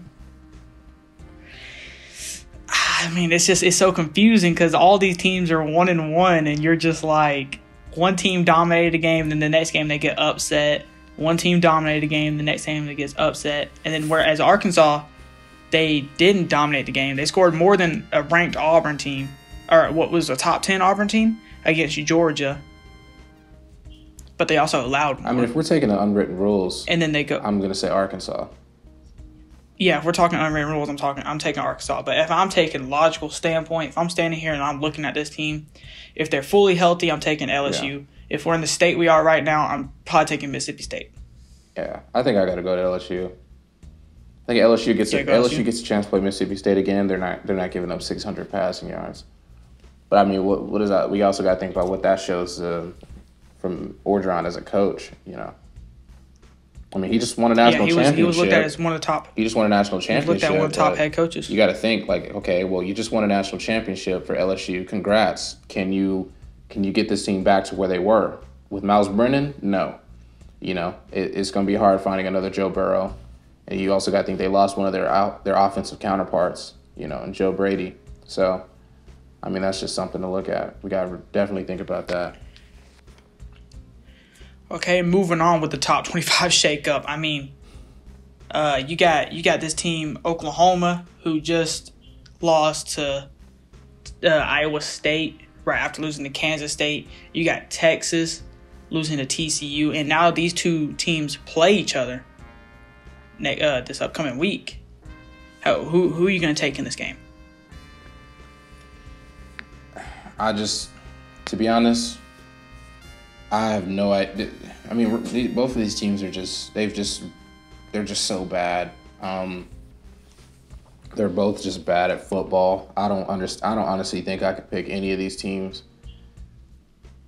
To be realistic, I mean, so if it could end in a tie, would you pick a tie? I would definitely pick a tie. I think it's going to be a high-scoring game. Neither one of these teams have a competent enough defense for this game to be under 30. It's probably going to be like 40 or 50-something points. Could go to overtime, and these just keep running up the score because, I mean, we really just got to – if Oklahoma gets off to like a 21-7 lead, they're going to lose. Texas, that's what I'm saying. I don't know because Texas is just the most incompetent football team in America, I think, right now. And Oklahoma is just the most disappointing team in America right now. I mean, let me give you this. Okay, so if you could had a bet on the over under for this ball game, let's say over under 70 points total. Like Oklahoma plus Texas points is 70 points. Are you going over or under? I'm gonna go over. You can go over. So they're both scoring. Basically, they're gonna one of them's gonna score over 35 points. Yeah, I think honestly a final score for this could just be somewhere around like 42-28. I think whoever wins this game wins by 14. But I just don't think so. Yeah, I think we got to look at who's got a better offense. I think Texas has a better offense. I think they're a more complete offense. I mean, looking at Spencer Rattler, he is just not looking like the past quarterbacks we've seen from Oklahoma. I mean, let's be real here. They went from Baker Mayfield, Heisman winner, to Kyler Murray, Heisman winner, to Jalen Hurts. And I think last year almost won a Heisman. If Joe Burrow wasn't there, and who was the other guy? Was it Tua? Was the other guy? Was it Tua? I don't remember the other guy. Season? It was Jalen Hurts. Yeah, it was Jalen Hurts, Joe Burrow, and someone else was talking about for Heisman. Was it Chuba Hubbard? Chuba Hubbard? I don't think so. I don't know, but I mean, you could have won another Heisman with Jalen Hurts. Let's just say that you could have won another Heisman with Jalen Hurts. Let me be real. No, they couldn't have. Jalen Hurts started the season great, and then he just slowly disappeared. Just like Oklahoma's. He was still top 3 in voting. Yeah. Okay. Cool. But let's just be real. If Joe Burrow wasn't there, I feel like they would probably give it to him. Well, let me pull out these voting, bro. I don't think so. I don't think based off what Jalen Hurts did last season, I don't think you could give him a Heisman trophy based off what he did. There had to be somebody to play better than that because that wasn't impressive what he did last season. To be honest, I mean the most impressive thing is beating Baylor, coming back from down 28-3. I think that's your Heisman moment, but I don't know. I don't look at Jalen Hurts as a Heisman candidate, to be honest. I'm sorry. Okay, so it was Joe Burrow, it was Jalen Hurts, Chase Young, and Justin Fields. All right, okay. Justin Fields, Justin Fields looked great last season, so I know Justin Fields was way over Jalen Hurts. I'd also put Chase Young. In the voting? Yeah, I'd also put Chase Young over Jalen Hurts. Jalen Hurts finished second in voting. Wow. Justin Fields finished last. Chase Young's finished third. How does Justin Fields finish last? Over Jalen Hurts? Over Jalen Hurts? Yeah. Look, I'm telling you, if Joe Burrow wasn't there, if Joe Burrow wasn't there last season, you have another Heisman winner. But I mean, like you were saying though, before we got onto this, Spencer Rattler, he's not playing like a typical Oklahoma quarterback. No. He's throwing 4 interceptions to 10 touchdowns. So that's what? That's almost a 2-to-1 ratio. Mm-hmm. I think it's almost a 2-to-1 ratio for interceptions. Yeah. So that's terrible. So if you throw 50 touchdowns with a 2-to-1 ratio, you're throwing 25 interceptions. Mm-hmm. That's terrible. But Sam Ehlinger, I mean, he's playing better than what I expected, honestly. I mean, he has a 7-to-1 ratio with his touchdown to interception. He has 14 touchdowns, 2 interceptions. I mean, if I had to take one, I'd probably take Texas. But like you said, it'd be like 42-28. I mean, if Texas runs away with this game and just beats the crap out of Oklahoma, I wouldn't be surprised. Mm. But I'd be more surprised on the fact that everybody said that Spencer Rattler could win a Heisman after the season, and then he goes out and does this. Well, I mean, don't get me wrong. I like Spencer Rattler as a quarterback. I just think when the game is tied late or when he has to come from behind, this is not a guy you want under center. I think Sam Ehlinger is way more relaxed. I think Texas could be undefeated right now. But you got to think this loss wasn't on Sam Ehlinger. This loss was on the running back who fumbled at the 1-yard line with 40 seconds left. So, I mean, I think, I'm going to agree with you. I'm going to pick Texas to win this game. I think Texas wins by 14 points, somewhere around 42-28. But I don't like either one of these teams. I think Spencer Rattler, he's got an ability for the more splashier plays, while, Texas, they've got the ability to move the ball downfield.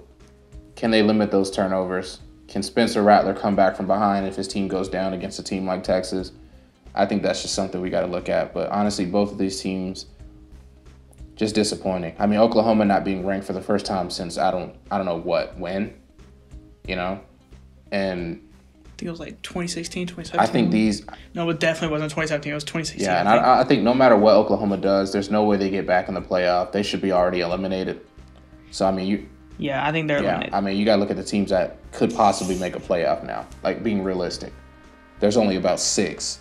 So it's an easy playoff race this year because Oklahoma's usually one of those teams that steals a spot, and this year they're not doing that. So there's going to be a team that is able to actually get in there who doesn't play in a conference championship. So that's going to be exciting to see who the committee will go with. Well, right here I got the what's it called? It's a big brain moment right here. I got the Big 12 conference standings pulled up. There we go. Looking at it, you got Oklahoma State at the top, Iowa State at the top. I mean, obviously those two.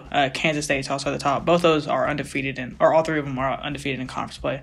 Kansas State, obviously, upset Oklahoma. Iowa State, obviously, upset Oklahoma. And Oklahoma State, who knows? They could possibly be Oklahoma. So if you take Oklahoma out of the picture for conference championship, basically at this moment, you could possibly take Texas out. I don't think they're back to be back yet. They have a defense, and they are not. They do not have a defense. Take Texas out of what? Have a defense. The conference championship. Okay. Who do you have? Oklahoma State winning it? Iowa State. Who do you have winning the Big 12 if Texas or Oklahoma don't win it? I don't think Oklahoma's winning it unless Oklahoma State has a pure collapse. It's got to be Oklahoma State. I mean, I think right now they're the best team in the Big 12. I think that's just. I mean, you're looking at a lot of teams just had pure fall offs. I mean, wasn't Baylor good last year? What the hell happened to them? Yeah, but they lost their head coach. Matt Rule went to the NFL. A lot of teams lose a head coach. You try to find somebody at least decent enough to replace him. I guess Baylor didn't do that. I mean, look at Missouri. I mean, they fired, what was his name? Barry Odom, I think his name was, and they hired that Elijah. I don't know how to say. I think it's Dinkwich. I think that's his last name. He was the Appalachian State head coach. He was really good there. Always had 10 wins with them. I mean, he looked like a good head coach hire, just like Florida State hired Mike Norvell. I thought that was an amazing head coach hire. Missouri, I didn't really look at that hire and say, oh my goodness, they could do something with him. But I mean, he was a solid head coach hire, I think. And I mean, they're 0-2 right now. I mean, they're not looking good. I mean, it's a little too early to talk about Mark Norvell and Florida State, considering, I mean, especially since he got COVID. I mean, not since then. I just think it's his first season. He's trying to put that team together. I mean, look at Kirby Smart's first season with Georgia. It's not his team. You know what I mean? It won't be his team until his second year. You know, when he's bringing in the recruits and he's putting people around, you know. I think I disagree with that. I think it's not your team till like year 4. Because those are all your recruits. And if your recruits are, you know, as good as you think they are, they will play for you good. I think that's when that team fully becomes your team. You know what I'm saying? Well, I mean, Kirby's in year 5, so this has been his team for a while. See, this has been his team for a couple of like 2 or 3 years. So I mean, I'm expecting a championship soon. Just to be honest, could be this year. Who knows? Yeah, I'm very well. So I thought it was gonna be this year, and then Jamie Newman decided to do what he does. Yeah. Okay, so saying Oklahoma State's gonna win the Big 12, that's big. But moving on to another conference, the American Conference. I mean, you got UCF losing to Tulsa. I mean, we're not going to talk about this conference a lot because they're basically irrelevant. But UCF, they were touted as, I mean, I think it was a college football on Fox. I think it was Fox. They did a voting for the fans, and the fans said UCF was the best team in Florida. Yeah. And they go out and lose to Tulsa out of all teams. Yeah, I mean, I think it's before the season started, so obviously I think I was just going off intuition. But I mean, obviously I feel like the heads have been turned now, 3 weeks into the season for some teams. I think a lot of teams, a lot of people now can re-vote on that, and I think we all know who the best team in Florida is now. Is it? It's the Gators. I hope you're thinking the Gators, right? I am thinking of the Gators. Okay. I was just saying. Yeah. But no. UCF, their penalty problems. They have twice, 2 weeks in a row, they have gotten on, I think it was the top 5 list for most penalties in a game in the history of college football. They took the top spot last week, and then I think they're tied or in third place right now. Either tied for second or in third place. Last week they had 19 penalties against East Carolina and 18 penalties this week against Tulsa. Jesus. And, I mean, you see that. And, I mean, us being Georgia fans, we're looking at our team, looking at those penalties, and we think it's bad. I mean, imagine being a UCF fan. I mean, you're walking out there and almost on every play you're getting a penalty, it seems like. I don't know. I mean, you got to think of at this point, I think it's a coach issue. This coach got to sit his team down and work on some discipline. 18 penalties, 19 penalties. That almost sounds like it's being rigged or something. Like, that just doesn't sound like a realistic number. Yeah. How do you get 19 penalties in a game? I don't understand. I mean, at that point, I would have started benching people. I've been like, look, you can't do this. Obviously, like, you aren't built for this. Like, if you can't stop 19. if you can't stop committing penalties, you're gonna sit out. It's that simple. Because at that point, I think you're beating yourself. They're not being beat. They're just beating themselves. I think the thing is, I think if they, I mean, I don't know if I can pull it up. Let me see if I can find it. The UCF game. Yeah, they lost by 12 points. Take away those 18 penalties, they probably win that game. How many yards were those penalties, though? That's important. Let me look at. I know the 19. I think it was 193 yards. It was terrible. Oh my God. Let me try to find this real quick. It was bad. It was really bad. Let me see if I can find this. Penalties. I can't find it. Hold on. Wait. I'm trying to find it. I don't know where it is. Where did I find these penalties? Team stats, right? Team stats, penalties. 124 yards. 124 against Tulsa. I mean, Tulsa had 95 yards of penalties. So it's like UCF had 10 more penalties. And, I mean, the yards was only separated by about, 35, 39 yards. So, I mean. Oh, my bad. It's not 193. It was 139 yards of penalties versus East Carolina. Those last two numbers mixed up. Okay. Yeah. Yeah, coach needs to sit his team down and talk about that. I mean, you can't lose to Tulsa if you consider yourself the best team in Florida. I mean, you got teams like Miami and Florida dominating, and you definitely not. I mean, we're not going to talk about Florida State because we all know they're the worst team in Florida. I don't even know who they're. I think they said they're going to start Travis, the quarterback Travis, from now on. This upcoming week. I mean, I think so. Because I don't think they had Blackman in because when I turned on the Jacksonville State game, they had someone else in. I think that might have been Travis. So, yeah, the coach is trying to figure. Mike Norvell's trying to do something different because Blackman has been a terrible quarterback for Florida State, and I'm surprised it took them this long to figure it out. But I actually want to talk to you about something because earlier in the week, you told me that Miami was the best team in Florida, but now you say it's UF. So I was expecting you to say it was UF again, but now it's not UF but Miami again, but now it's UF. Miami, when I take things into a broader spectrum, I feel like if we look at Miami, obviously Miami's a good team. I mean, you can't doubt that they're not a good team. I mean, they're ranked 7th. They're 3-0. They got a Heisman contender at quarterback. Mm-hmm. But if you really look at their schedule, they have played UAB, Louisville, and Florida State. Granted, they beat Florida State by 42. They beat UAB by, quick math, 17, I think that is. Yeah, 17. And they only beat Louisville by 13 points. I mean, you look at Florida, they only beat South Carolina by 14 points. But if you look at both South Carolina and Louisville in a head-to-head match, I mean, I'd probably take Louisville.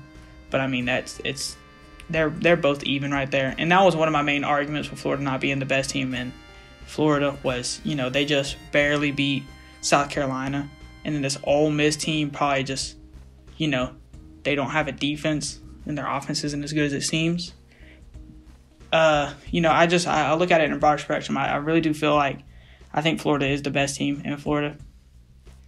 And, I don't know. Because, I look at Miami. I see that they do got a defense. They do got an offense, obviously. Mm-hmm. But if you really, I don't know how to, I don't know. It's just a gut feeling that Florida is better. I feel like they got a better defense. I feel like if Florida and Miami went head-to-head, I feel like Florida would win. SEC. Always pick the SEC. I don't know. It's just weird to me because I feel like you went from calling Florida overrated from like yesterday to now Miami. Now they're better than Miami. Well, you said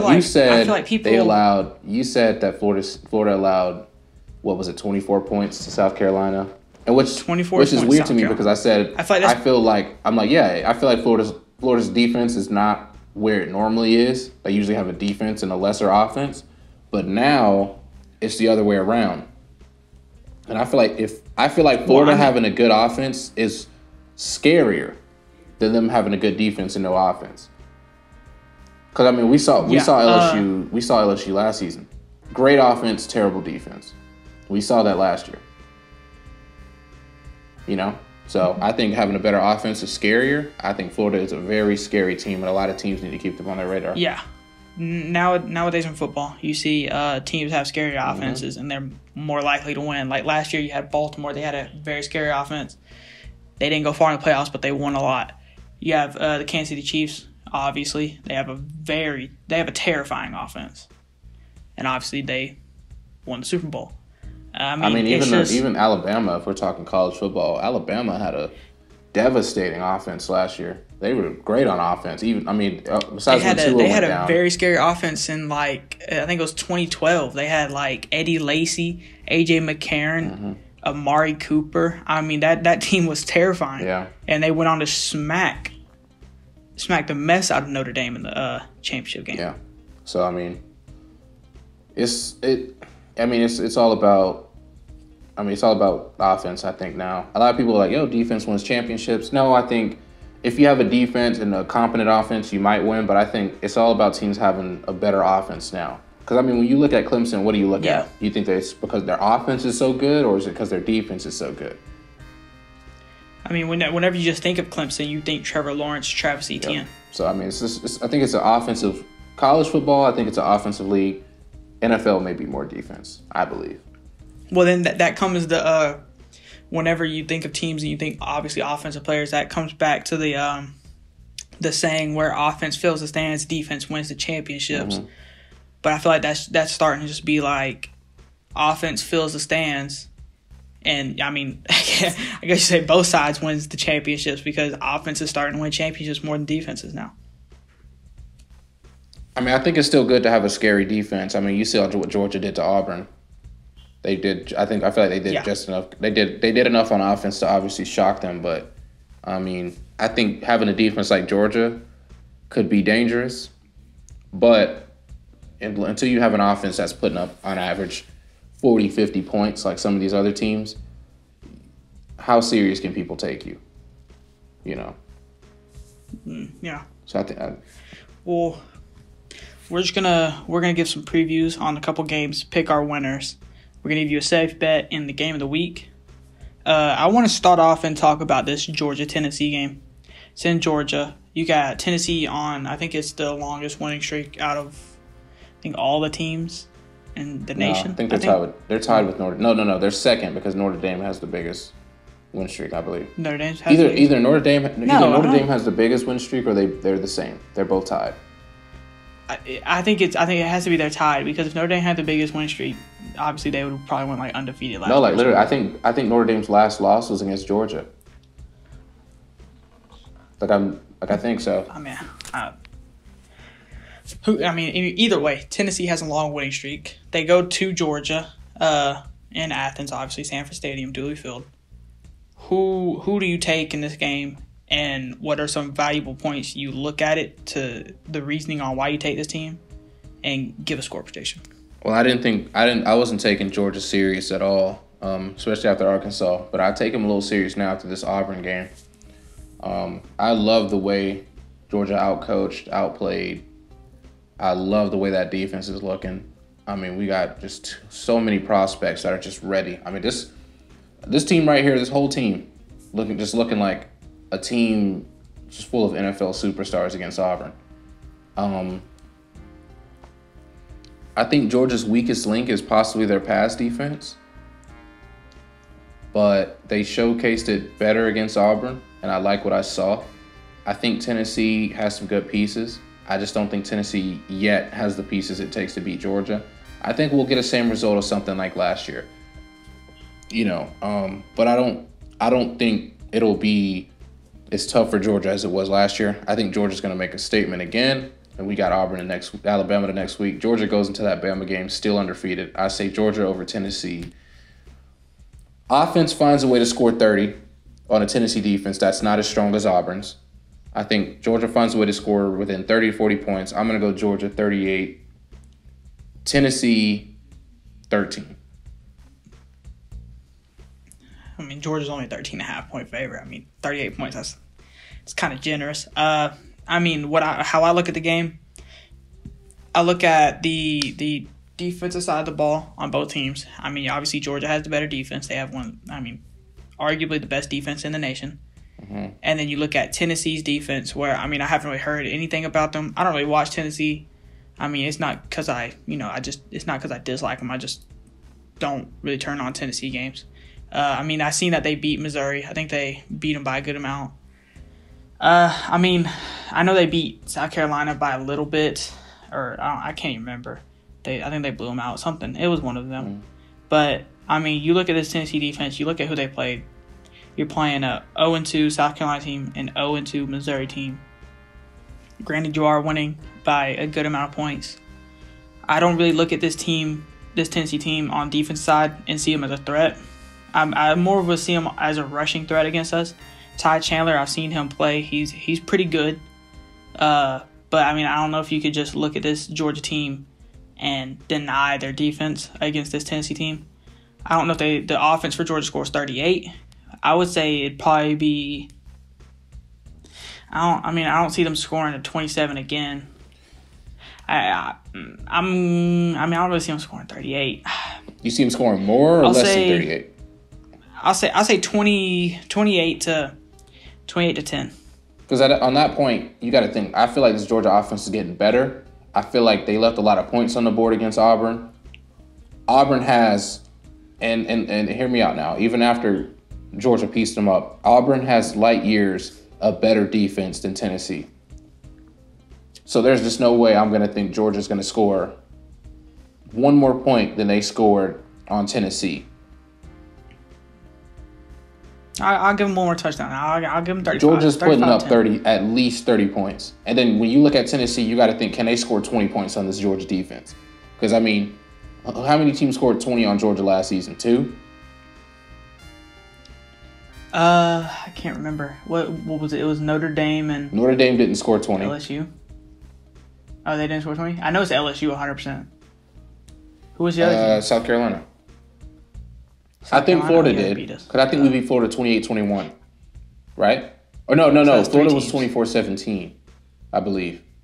Because I remember it was... Did Baylor because it was 16-0 at one point. I don't know. Either way. You want to get some players to watch or no?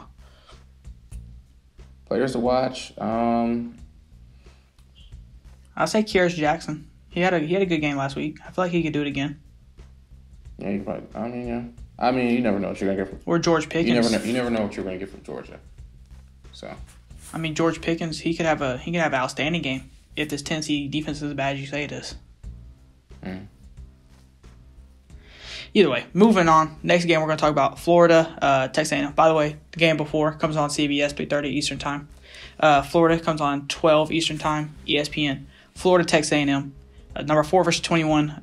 Texas A&M, they had a lot of hype in the offseason, as they always do here recently. Jimbo Fisher doesn't look like an answer for them. Jimbo Fisher hasn't had that magic since 2013, I feel like, with Florida State. Obviously, they won the championship then, BCS. I'm taking Florida, obviously. I feel like this is a good game to talk about for Kyle Pitts, as I feel like he'll have an amazing game here. Also, Kyle Trask, obviously. I mean, he has to throw the ball to Kyle Pitts. I feel like you got to look at, you got to look at Texas A&M defense if they can stop this very, very red-hot Florida offense. Mm-hmm. I mean, this is also my safe bet of the week. I mean, Florida traveling to Texas A&M, you only favor them 6.5 points. I think Florida right now is looking like the most improved offense in the SEC by far, and only favoring them 6.5 points against the Texas A&M squad. I just think that's absolute BS. Florida's definitely covering that spread easily. That's my safe bet, and I'm picking Florida to win that. I don't know. Florida's dropping 40-something on that team. I mean, I can agree. You want to give a score prediction for it? Score prediction: Florida 40, Texas A&M 10. I'm gonna say Florida 49, Texas A&M 21. Yeah, I'm gonna give Texas A&M 20 points too. I'm gonna say Florida. Yeah. I'm gonna say Florida 40, Texas A&M 28, because Florida's defense is pretty bad. So. Moving on to another ranked game. You got Virginia Tech, North Carolina, 12 o'clock Eastern Time on ABC. North Carolina's only a 5.5 point favorite. I feel like this is a safe bet to take, mainly because I feel like Virginia Tech's going to pull off an upset. We got an upset alert right here. Virginia Tech, their rush offense has been very dangerous. I mean, they're getting, they have 300 yards rushing from a running back right now. I feel like that's, something you look at against this North Carolina. I mean, this North Carolina defense, it stops the run very well. I mean, you just got to look at Sam Howell at this point. I mean, he was playing amazing last year, but I haven't heard from this North Carolina team a lot this year, so I feel like they're not doing that well, and I feel like that's the reason they're a 5.5 point favorite against this Virginia Tech team. I feel like you got to take Virginia Tech. I'd probably take them 35-24. Virginia Tech? Yeah, taking Virginia Tech. I agree. I mean, North Carolina hasn't really looked too good this season. I mean, I'm not going to say that. You say you didn't hear from them, so that doesn't mean they're playing good. I don't agree with that. I mean, just because you don't hear about somebody doesn't mean they're playing good. But I wasn't saying as in I was hearing that they're playing. Huh? You seen what? No, I've seen them play. They don't look good. So that's why I think they don't look good. I was more saying I haven't heard of them because you look at all these other top 10 teams and you hear about them at least once a week, even throughout the regular weekdays. But this North Carolina team, I haven't heard anything from them. Nobody's been praising them. Nobody's been doubting them.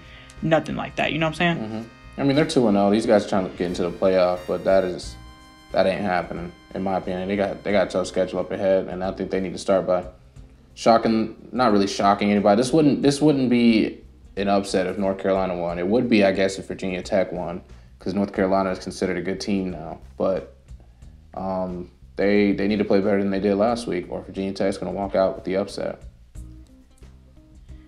Yeah, and here's another game. We've already really covered it. Texas, Oklahoma. We both took Texas. I feel like that's an easy pick. What do you have to say about it? You have anything else to say about it? No, I think we got it. Okay. Well, I guess we're just gonna move on to the game of the week. I feel like it's a very obvious game. It's a top 10 matchup. 7:30 Eastern time on ABC. You got number 7 Miami, number 1 Clemson. What you gotta say about this? I think we kind of scratched the surface on it a bit, but I think Miami can shock the world. I think Clemson is still a great team with a great offense. I think Clemson will get started hot, or Miami's defense will shut down Trevor Lawrence. I'm going with Clemson to win this game. Score 28. Clemson 28, Miami 24. I think it'll be a close game. I'm gonna say, okay, so you got Clemson being a 14.5 point favorite. Trevor Lawrence playing like Trevor Lawrence. Travis Etienne, he does have less rushing yards and more carries, 1 more carry, to be fair, and 3 less touchdowns than this Miami running back. And Miami also has Brevin Jordan, who's an amazing receiver, or tight end. I can't remember which one he is. Either way, he's playing phenomenal. But why does that matter, though? You got Derek King. That's exactly. Why does that matter, though? If you're going to, what do you mean? Like, who has more rushing yards? That doesn't make sense. Well, I'm about to get into that. That's like pointless to me, because it's like. I'm about to get into it. Come on, man. Dang. Let me finish. Okay. I didn't interrupt you. Derek King, he's playing, Heisman hopeful. I feel like if Clemson's gonna lose a game, it's this one. I feel like they will do what they do with Notre Dame. If Clemson's gonna lose a game this season, it is it's this game, or it's a playoff game, which doesn't really count because I'm talking regular season right now. If Clemson loses a regular season game, I think it's this game. And I feel like Miami basically takes the bull by the horns. I feel like Miami can stop this Clemson offense. And like we both said, we don't really see we haven't really heard of a Clemson defense. And Clemson just came off this game against Virginia, which was my upset pick for last week. I said it was a safe bet. I said it was a safe bet while I was saying it. I said I feel like they can't cover the spread against Virginia, and they didn't cover the spread. And I feel like if you're going to give Clemson the same spread against the number 7 Miami team, I feel like Miami could take this one. And I feel like the main reason is I feel like this Clemson offense can't get rolling, and they're going to try to look to Travis Etienne to carry him. And I feel like he just has a bad game because, you look at the Saints. Alvin Kamara can't carry that franchise alone. You got to look at Clemson. They don't. I haven't really heard about any of their receivers. I know they just lost Justin Ross before the season. I feel like Miami takes this one. I feel like it will be 35-28. Miami. Upset. Okay. Upset alert right here. Okay. You're 0 for 1 those. So. 0 for 1. But playing spread, I'm 1-0. But if we're talking win-loss column, I'm 0-1. Heat and the Lakers series has been fun. Game 1, we had a lot of injuries. Last week we were talking about it. We had a lot of injuries during Game 1. Bam was out. Dragic was out. Heat go down 2-0. Win 1, take it 2-1. Lakers go up 3-1. Lakers wearing Mamba jerseys tomorrow. How we feeling? Lakers probably the logical answer is Lakers taking it because they've been undefeated in them jerseys. They haven't lost in those jerseys yet. It'd be ironic if they lost in the finals in those jerseys. I got 2 letters for you guys. GG. Game, set, match. It's over. I thought he was about to say something like you guys said. Yeah, no, like you guys said, they haven't lost in those Mamba jerseys. They're not going to. I feel disrespectful even trying to be like, yeah, they're going to lose in the Mamba jerseys. I feel like it's disrespectful if the Heat beat them in the Mamba jerseys. I feel like they're jinxing them. I feel like they got some little voodoo thing going on with those Mamba jerseys. It's GG's game, set, match. Good job, LeBron James. That's what it. What about Jimmy Buckets, though, bro? Jimmy Buckets, come on, man. He's built different. Tyler Hero. If I Tyler mean, Hero if played like he Jimmy usually was plays, built different, his team wouldn't be down 3-1 right now. But I'm not gonna sit here Bro, and put the blame he on Jimmy. just- Yeah, I was they about to say. lost a key player in Dragic. You know, Tyler Hero has stepped up, but then they had Bam. They didn't have Bam for like 2 games. They won one of those. But my biggest concern is how do you get Bam back? You let Bam play like he comes back off injury playing good. Okay. Anthony Davis had a slow game last night, and yet you still lose. How do you still lose that game? Literally last week we said, hey, what were the keys to the Heat's beating the Lakers? You got to slow down AD. And they did it last night, and they still lost. They did it in game 3, and they won. So how do you get Bam back? You still slow down AD, and you lose.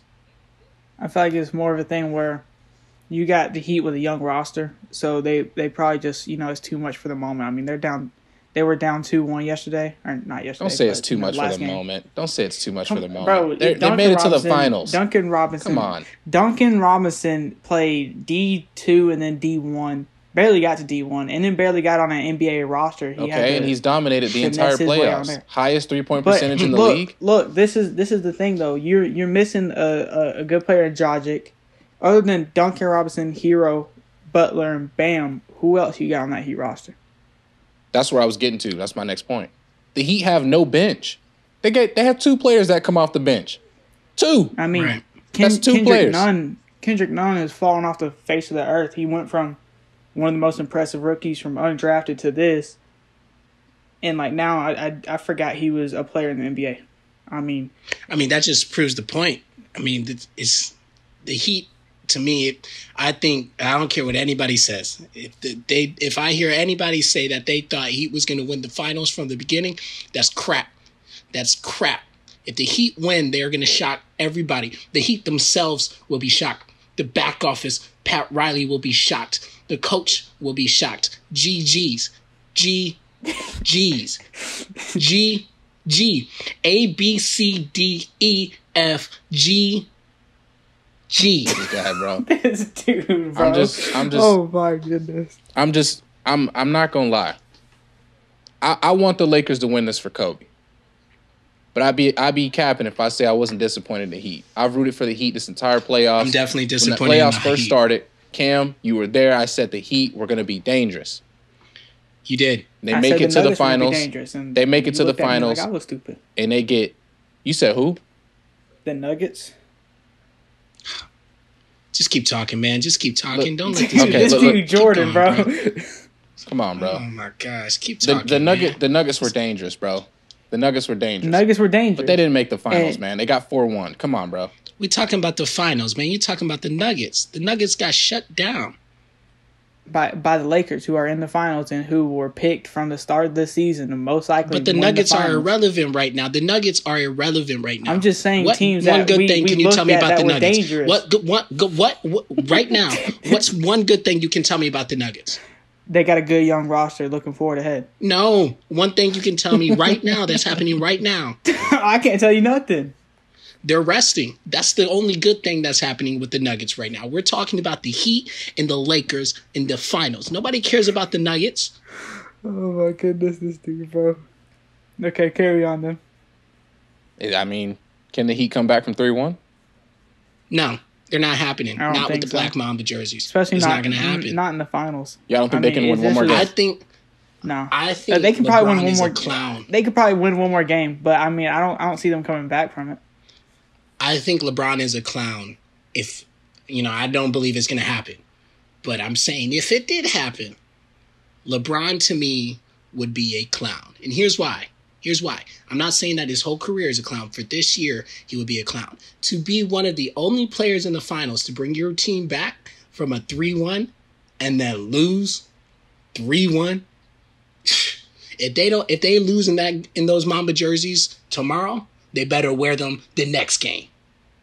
There's no way they're coming back from a 3-1. They did it with the Warriors, and that was a lot of things had to happen for that to happen. A lot of things have to happen tomorrow for them to have to come back that I don't even want to speak on, like injuries that have to happen. I mean, they've already. And I said this last year. I said this last year with KD. I said in order for the Warriors to lose, KD has to get injured. And then KD got injured, and I felt bad. KD and Clay. So technically, That's what I'm saying. I got bad. I said injuries have to happen. I'm not going to say who needs to be injured, but if there's anybody to make it possible for the Heat to come back, injuries must happen. Well, I mean, if we're talking injuries, I think LeBron needs to be injured for them to win. I think AD needs to be injured for them to win. Probably Alex Caruso. He's been good off the bench. I hope nobody gets injured. Needs to get injured. Let me be real with you though. For the Lakers to win, LeBron needs to not play. AD needs to not play. That's the only way the Heat win in this series, man. I think you take LeBron out the picture, AD could still get the Heat a win.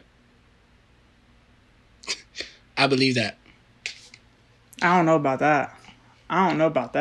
If you take LeBron out the picture, you think they're going to give AD Finals MVP? If you take LeBron, you take LeBron out the picture, you think AD is winning this team not by himself. I'm saying right now, this team leads 3-1. I think LeBron's out. AD could win one more game for the Lakers. What if they slow him down like they did the past 2 games? What's AD gonna do then? I still think you got way more players coming off the bench dropping 15 plus for the Lakers. We're speaking what ifs, but LeBron's playing tomorrow. If we're sitting here saying AD needs Finals MVP because he can win this next game by himself, why do you think?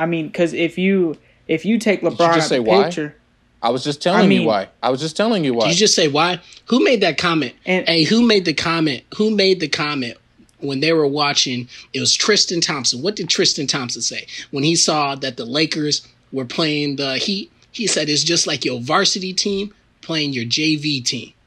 That's true. It's true. The Heat. The Heat have a talented team. You just can't get caught. You can't get caught scoring. How much they have last night? 96 points. 96. With all those scores on that team, you scored 96 points. With these scores, okay, like I was trying to say, you take LeBron out the picture.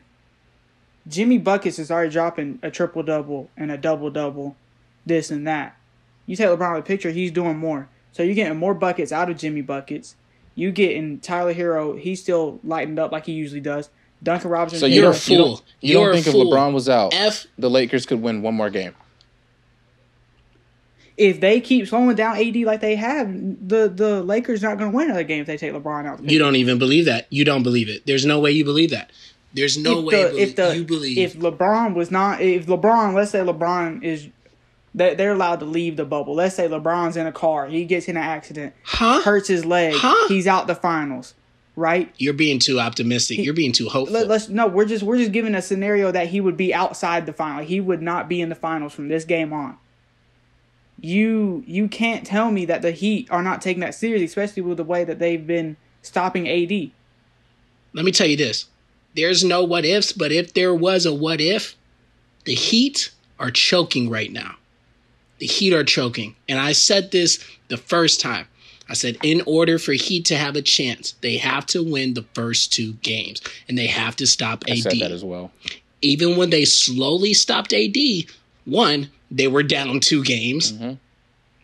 2, you still didn't stop LeBron. You still didn't stop Caruso. You still forgot that you have one of the greatest point guards on the court. An OG. Who's his greatest point guard on the court? Who's the greatest? Who? I didn't say greatest. One of the greatest. Okay, who is one of the greatest point guards on the court? Rondo. This man, bro, one of the greatest. Give me like a range of what you're talking about. One of the greatest. Top 10. Top 10. Top 10 point guards. Rondo. Top 10 all point time. guards. All time. Top 10. Rondo. All 2 time. points. Rondo. No. Dude, Rondo. 1 for 7, Rondo. No. Probably. Nah, you already probably said 2 points, 15 all time. Rondo. 0 for 2 from the 3. I didn't say Rondo. on time. Rondo. Come on, man, you're bugging. Top 10. Who's your top 10 then? You could Who's your top 10 for point put guards? Steph in front of him. No, because you're talking about right now. He's still, you got to remember, there's right a now, whole he's OG not top 10. mindset. But let me tell you this, right? It's a mindset. It's a mindset of being a player. Get that out of here, man. In top 10 right now. No, it's not. Get that out of here. Top 10 right now. I'm not no particular order. I'm saying 10. But here's the thing. 10 that could be in front of him. Stephen Curry, Damian Lillard, Trae Young. I would put Russell in front of him. Top 10 right now. I'm leaving the podcast, bro. You putting Trae Young over right now, right now in the league. No, we're talking about of all time, bro. We're not talking about. You just said you didn't say all time. No, but I'm saying like the fact that it's just a mindset. This is easy. I can give you all time. Stephen Curry's in front of him, right? All time. Stephen Curry's in front of him. We can all agree on that. Correct. Okay, go. Come on. Oscar Robertson. We can agree on that, right? Oscar Robertson is Oscar Robertson. He was the first player to average triple double. But you wouldn't put him at shooting guard. You would put him at point guard. You would put Oscar at point guard. Oscar Robertson is a point guard. I think, yeah. He was a point guard for the Milwaukee Bucks back in the day. Bro, y'all can look it up right now. Big O, Oscar Robertson. Look up his position. I bet his secondary is shooting guard. All right, keep going. Okay, so you got Stephen Curry, Oscar Robertson, right? We can agree on that. Those are both two right there. Just keep going, man. We ain't gotta approve every one. We gotta get through the podcast. Okay. I'd put Damian Lillard in front of him. I'd put, let's see, right now I would put... This man just said Damian Lillard? I'd put Damian Lillard in front of Rajon. Yes. Right. I think, Jordan... That's what I'm saying. That's my point. That's my point exactly. This is my point exactly. Who's next? Who are you going to say? Russell Westbrook? Because he's not. Over Rajon Rondo? And if you think yes. And he's not. You're faulting everything that he's still done. You're faulting everything that he's still So right now, done. Right now you're the Lakers. I'll tell you right now you're the Lakers. You want Rajon Rondo as your point guard over Russell Westbrook? No, but I'll take him on the team. Okay, bro. Wait, hold on. Wait, you said over Russell? Russell Westbrook. Oh, heck yeah, I'll take that. You're bugging. You're bugging. Rondo over Russell. Hey, I got a vendetta, bro. I got a vendetta right now. I'm sorry. Look. Okay, look. I got a vendetta. I know That's a biased Russell. opinion. That's a biased opinion. Y'all talking about 2 points Rondo. I'm talking about 2 for 9 Russell. Okay, you know what I mean? Okay. It's the same difference. It's the same difference.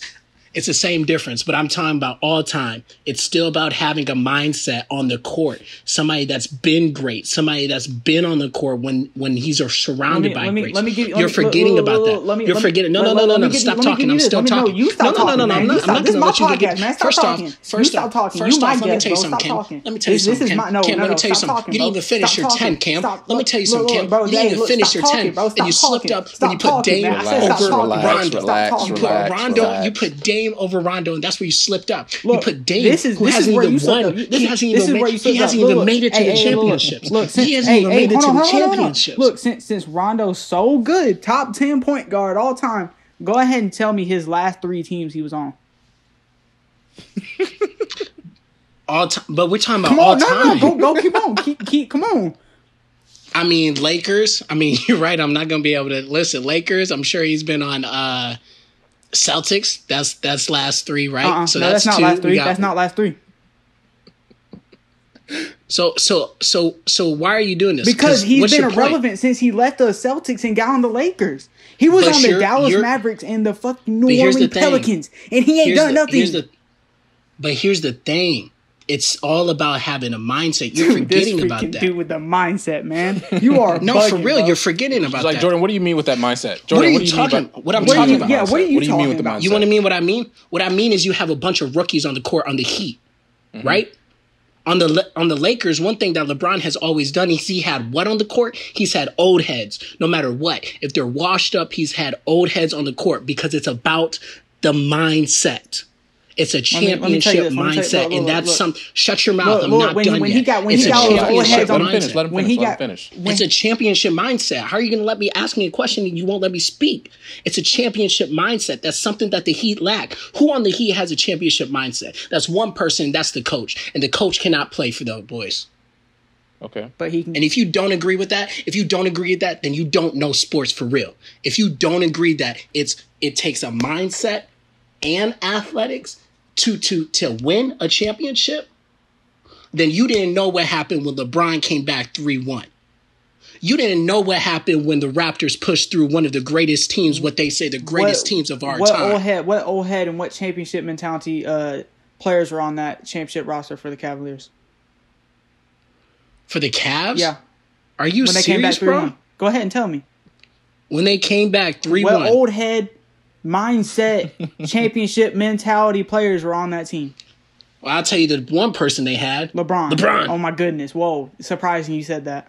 Go ahead. Why is that surprising? Give me more. Why is that surprising? Let's be real. LeBron's somebody who can do something like that. Exactly. It's LeBron. Right. You got the greatest players. So if you're asking me questions like this, it's like that's like asking me about Jordan's pre-teams. You contradicted yourself. You just said that LeBron puts old head. How am I contradicting myself? You just said LeBron puts old head. Let's look at LeBron's. Let's pull up LeBron's Cavaliers team. Let's put LeBron's Cavaliers team. You need to pull them up. No, let's bring up LeBron's Cavaliers team. So what does that mean? Are you saying I'm incorrect? There is no old head championship mentality players on that championship roster for the Cavaliers. That's all I need. That's all I need. Help them win that championship. When he was on the Heat, we're not talking. We talking about that championship Cavaliers team. That's the team I asked you about. So here's what you're doing. You're taking one word and you're focusing on one word. That was LeBron's last championship. That was LeBron's last championship. Don't be that person. Okay, we're not going to get through this podcast if you're that person. We're going to spend 45 minutes on one little thing. Okay, hold on. Oh, no, you said okay, so you agree with me, right? That's what I'm saying. Look. No, I did not agree with you. I'm just saying moving on from that. Okay. I know that's my point. That's what you're doing. Okay, I'm about to ask you another question. This next Cavaliers team, LeBron, at the trade deadline, they trade away all of these old head mentality players with that mindset of championship mentality. They traded them all away. Why? If that's what they need to succeed, why? Are you talking about when they traded D Wade? On which team? Say that again. I wasn't paying attention. Derrick Rose? They got D Rose, something like that. They had all the old players on their team, and they didn't win nothing.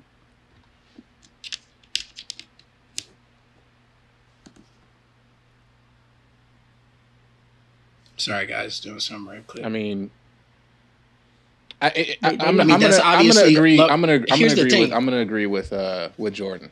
I think it's good. You're gonna agree? I'm not agreeing with what he says. I'm just gonna agree in a substance. Let me explain something. I'm gonna agree with him because I think it is important to have a player with that. Like an old player. Like you got Andre Iguodala. It's important. You got Iguodala on the Heat. Yeah. You can't tell me that hasn't helped the Heat in a way. You got Pat Riley, a guy who's won 2 championships with LeBron. You'd expect that to help. It didn't, but you would expect it to. It's always good to have somebody on your team. Like a legend, somebody who's gonna be in the someone who's gonna be a Hall of Famer. It's good to have somebody like that on your team. One, when it gets to those tough moments, they can get those young players ready. They can get those young players ready to showcase. Showcase skill. You know what I'm saying? Like you had Vince Carter on the Hawks. That's going to improve Trae Young because now Trae Young can learn a bit from him. You know what I'm saying? This guy's a Hall of Famer. This guy's a Hall of Famer. This guy's a gold medalist. Trae Young can learn from that. And I think that'll help Trae Young improve. Do I think it'll turn him into a champion? Roster, you know what I'm saying? Do I think it'll give it a championship roster because they have Vince Carter? No. But it does make him a better player. No, but it's what LeBron likes to do. This is my point right here. This is my point. I'm gonna leave it at this. I'm not gonna say nothing else about it. The point of you having Rajon Rondo for that championship mentality, when his only championship was on a team that was loaded, had 3 superstars ahead of him. I can't agree with you that you say that him being on the Lakers improves them as much as you think it does, and that you would take him over Russell. This guy doesn't make any sense, right? This guy doesn't make any sense. Let me tell you why. This man's talking about this guy was on a team with loaded superstars, mm-hmm. right? With loaded superstars. So you saying that having Pippen on a team wouldn't make it Pippen was make a third that team option. better. That's not viable. Rondo was the fourth option. Pippen was a third option. Ladies and gentlemen, this is why what he's saying does not. Look, this come on, it doesn't man. even matter. Look, that's what I'm saying. Look. On that team, here's your list of these players that are ahead of Rondo in no particular order. You had Paul Pierce, Ray Allen, Kevin Garnett. Those 3 are ahead of Rajon Rondo, and in every category on that team, right? Rondo's only job was to get them the ball. Am I wrong? Rondo was a point guard. Okay, point guards can score. I don't see the problem with point guards being able to score. But point guards can also get them the ball. Okay, but when your point guard's dropping 2 points in the finals, you got a problem there, don't you? But I'm not talking about that. I'm not talking about the 2 points that he's talking about, that you're talking about. I'm talking about the fact of having somebody that has experience on a team. That's what's important. That's why he's on the Lakers. And if you think that that doesn't bring up morality or team chemistry, it does. It does. It does. And to prove my point that you are wrong is you saying that pimping is a third option. Next question. Bro, Okay. so we're Next talking question, about. you say he's got nothing else you to just say. mentioned morale. Let's talk about tearing down a morale before your team ever plays a minute. Okay. Kyrie made some comments on a podcast talking about how he felt like he felt like the Nets didn't need Steve Nash. He actually said he felt like the Nets didn't even need a coach. How do you feel about those comments? How do they relate to you? Like, what is Kyrie trying to say? I've never heard any more stupid comment in my life from a player. Mm-hmm.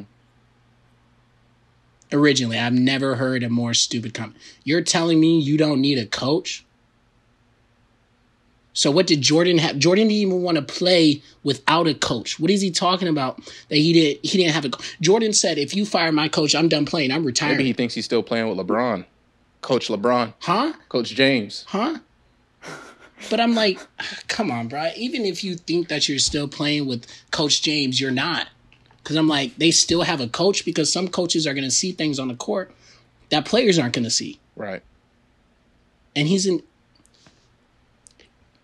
Cameron? Am I even allowed to say the words I'm thinking on this podcast? Cameron, what do you think?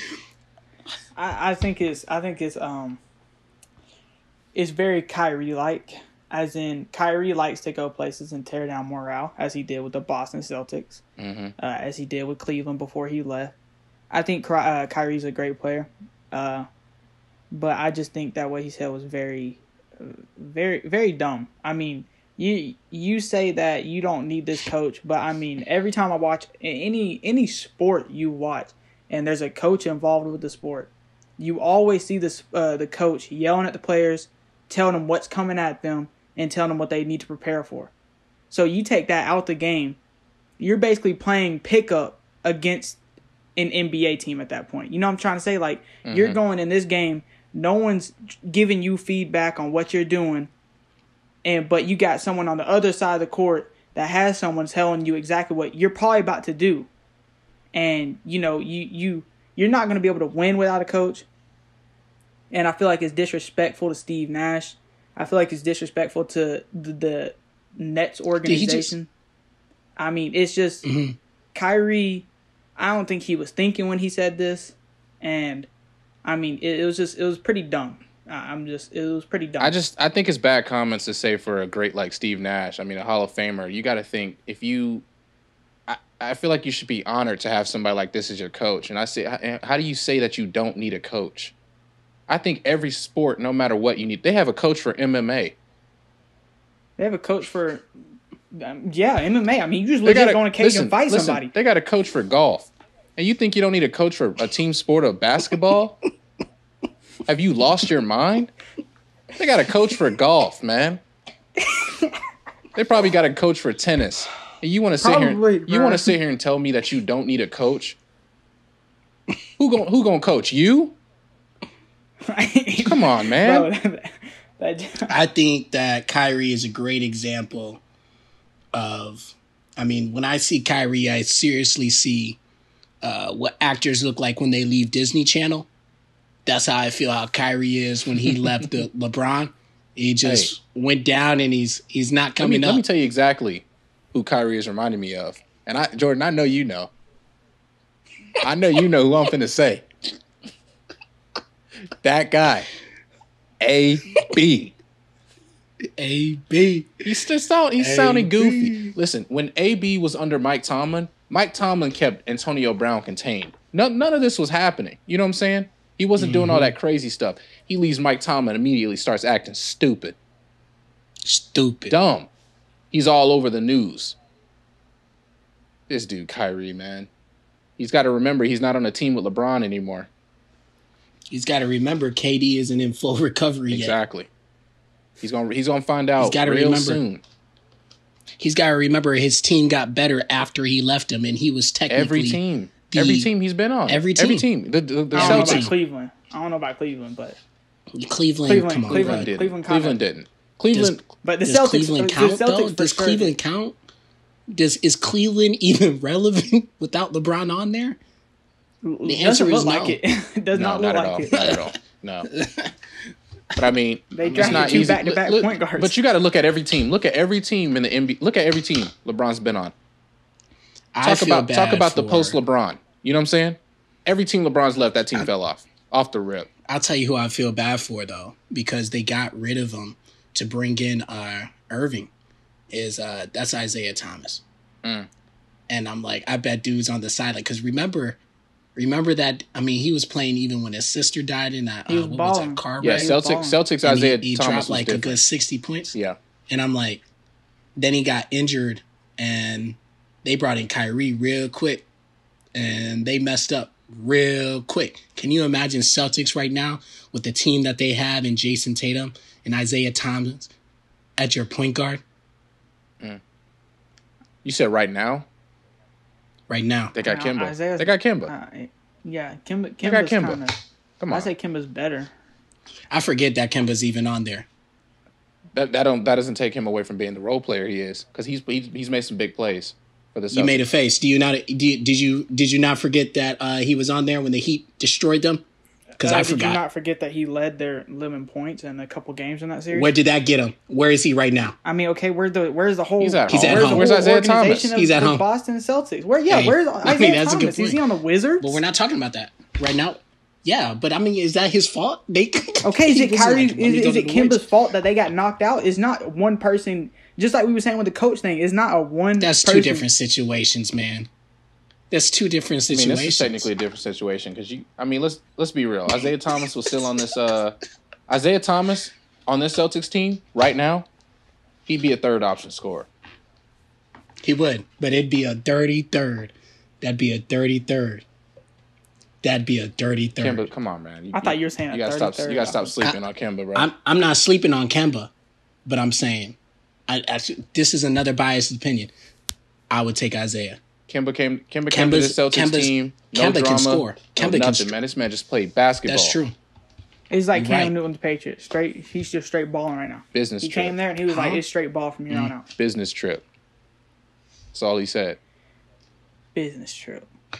I mean, okay. I mean, what about Kyrie saying he finally has a second option or whatever he was saying? He said it. Oh, what he said on KD's podcast. Yeah, he said he finally had a teammate, which was KD, who he could rely on to take final shots. And I'm guessing he's saying that because he took the GOAT shot of that 2018 finals when they came back. 2016. It was 2016 when they came back and he hit that 3-pointer over I think Curry or Clay, was it? Yeah, it was Curry. Yeah, to take the lead, not to win the series though. Mm-hmm. But it was an important shot.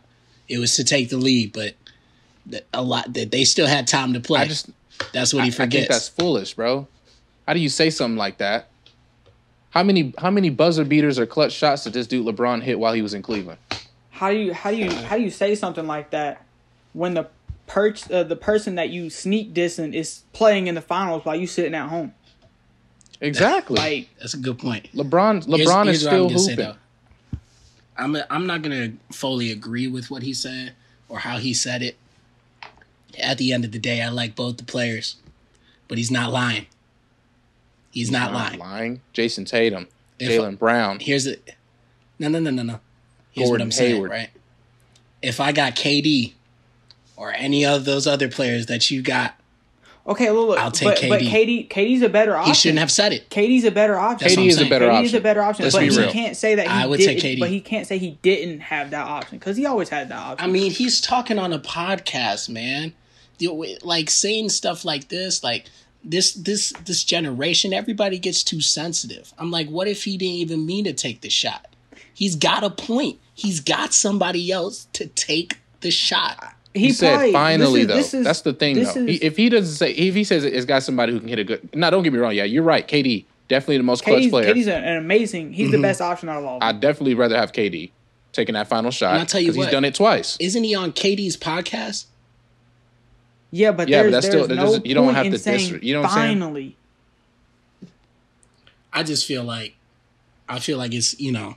I feel like it can go both ways on this one. This one, he probably shouldn't have said it that way. But at the end of the day, what he's saying isn't wrong. Isn't wrong. It's wrong.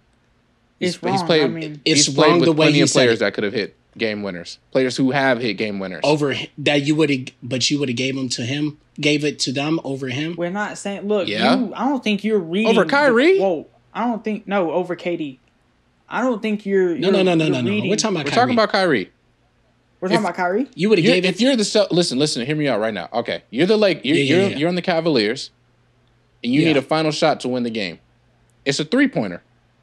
This is right? 2016 Cavaliers. Yeah, with The ones LeBron. that- Bro, we're on the Cavaliers. With LeBron Cavaliers. You telling it's Kyrie to it's shoot a it? 3-point shot. You need a 3-point shot. On a 3-point Yeah, shot? you telling Kyrie to shoot it over Bron? I mean, to be honest, if it was 2 points, I'm telling LeBron take it Okay, in. well, but this is 3 points. If it's three, I'm giving it to Kyrie. Oh my God. I thought he was about to say Kevin Love. And Okay, either way. Look. You Kevin can't- Love. Okay, look. What? What is this man talking I about, thought you was about to say that. I thought you was about to say that. What is I thought this you was about to man? say that, man. Shut up. Anyways, look. Somebody rest in peace this man, You please. can rewind the tapes. LeBron hit a fadeaway, somehow miracle shot Against the Wizards. Washington Wizards. Yes. Bulls. That was in the playoffs, right? Bulls hit a corner Wait. three. That was in the playoffs, right? What? I think Answer that question. one was in that the playoffs? regular season. But here's a playoff one right here. The Bulls hit a corner Okay. three to win the game. Yes, sir. That's the series where That was in the playoffs? Yeah, that's the series where Playoffs. Derrick Rose hit that shot, turned around, looked at the camera before Damian Lillard. Derrick did it. Rose? Yeah. That's 2016 LeBron we're talking about, right?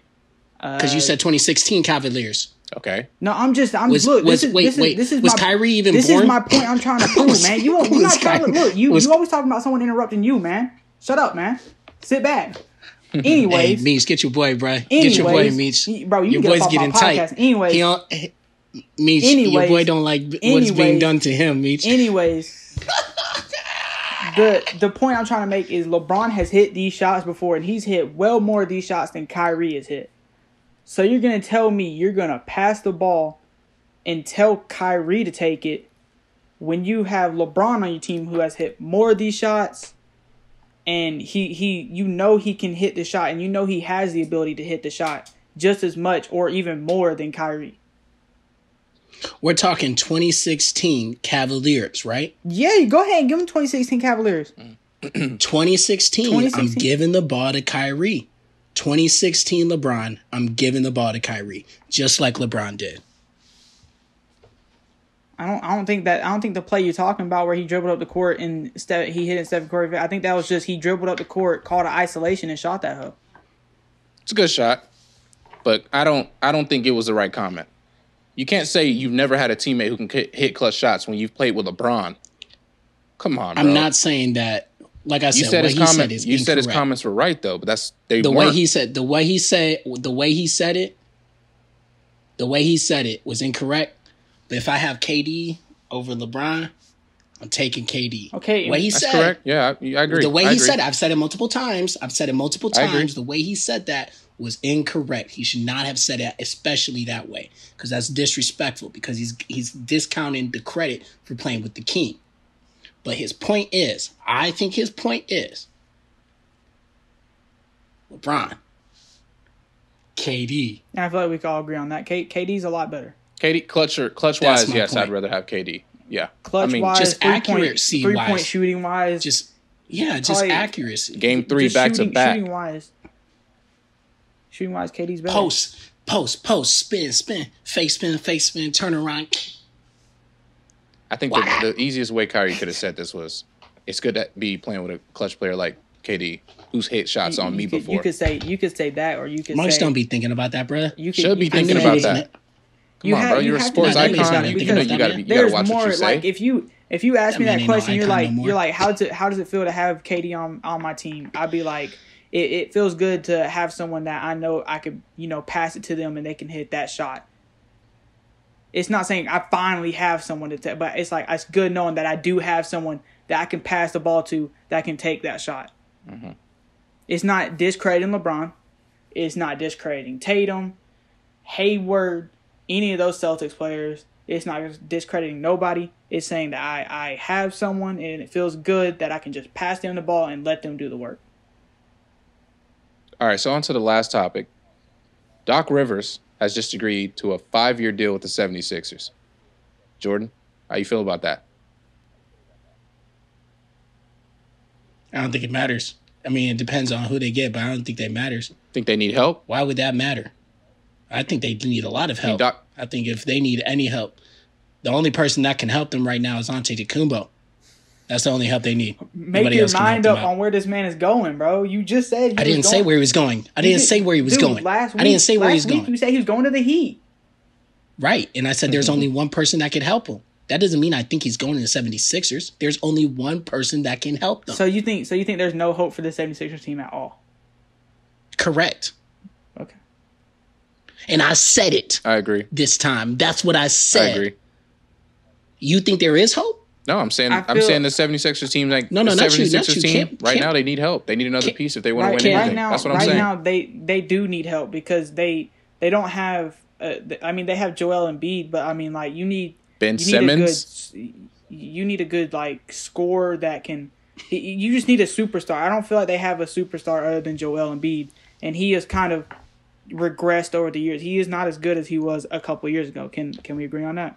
Joel is still a good player. I wouldn't discount him. He's a good player. I said he was a good player, but I said he's not as good as he was like 2 years ago. I'd say he's better. Which is why he has a shoe deal. I'd say he was better. Which is why he has a shoe deal. Joel Embiid has gotten better, as a matter of fact. I don't know, man. Come on, bro. Look, he may just not be out there in the news like he used to be. Joel Embiid digressed? Look. Because this 76ers team can't win nothing. And if your players are consistently getting better, you should be able to win. You're gonna blame that on the big man? You're gonna blame that on Joel Embiid by himself? I'm not blaming it on him by himself. So if all your players are getting better and Joel is your superstar, just like how the Heat, all they have is y'all said, all they have is Jimmy buckets. He's getting better as the season goes on. You can't tell me that this 76ers team shouldn't be winning games. And as I'm trying to say, you need to get a good superstar. Joel Embiid, I don't think he's that guy. But you can't sit here and tell me.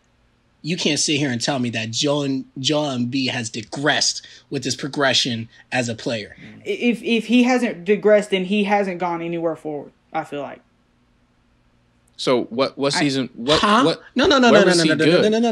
that again. Say that. No. Say that again. Say that again. 2 years. I would take 2 years ago Joel Embiid over this Joel Embiid, where Joel Embiid was dropping. It was like 20 a game. He was getting double like it was his job. I wish the people could see my face right now. 20 a game. I want to leave this Zoom call. 20 a game. Joel Embiid was he dropped 27 and a half the next season. Come on, man. Come on, dude. Somebody get this man some pills, please. Come on, bro. And he wasn't even dropping 20. It was 22. Joel Embiid has become a way better player on the 76ers team. He's become a way bigger role model player for that entire team. You got to think this year. They need a superstar, man. This year, he was playing without Ben Simmons. He was by himself. What teammates he had to help him? What is this man talking about? What is this man talking about? Who did he have to help him? Everyone knew they weren't winning this season. Everyone knew they weren't winning this season. Okay. His second man was Al Horford. Al Horford, bruh. Who else he have? What's that guy? Who else he have? You gonna let me talk? Who, like JJ or something? Come on, man. JJ Redick? He's not on the team no more. He's on Pelicans. Anyways, Joel Embiid. The 76ers need to keep him.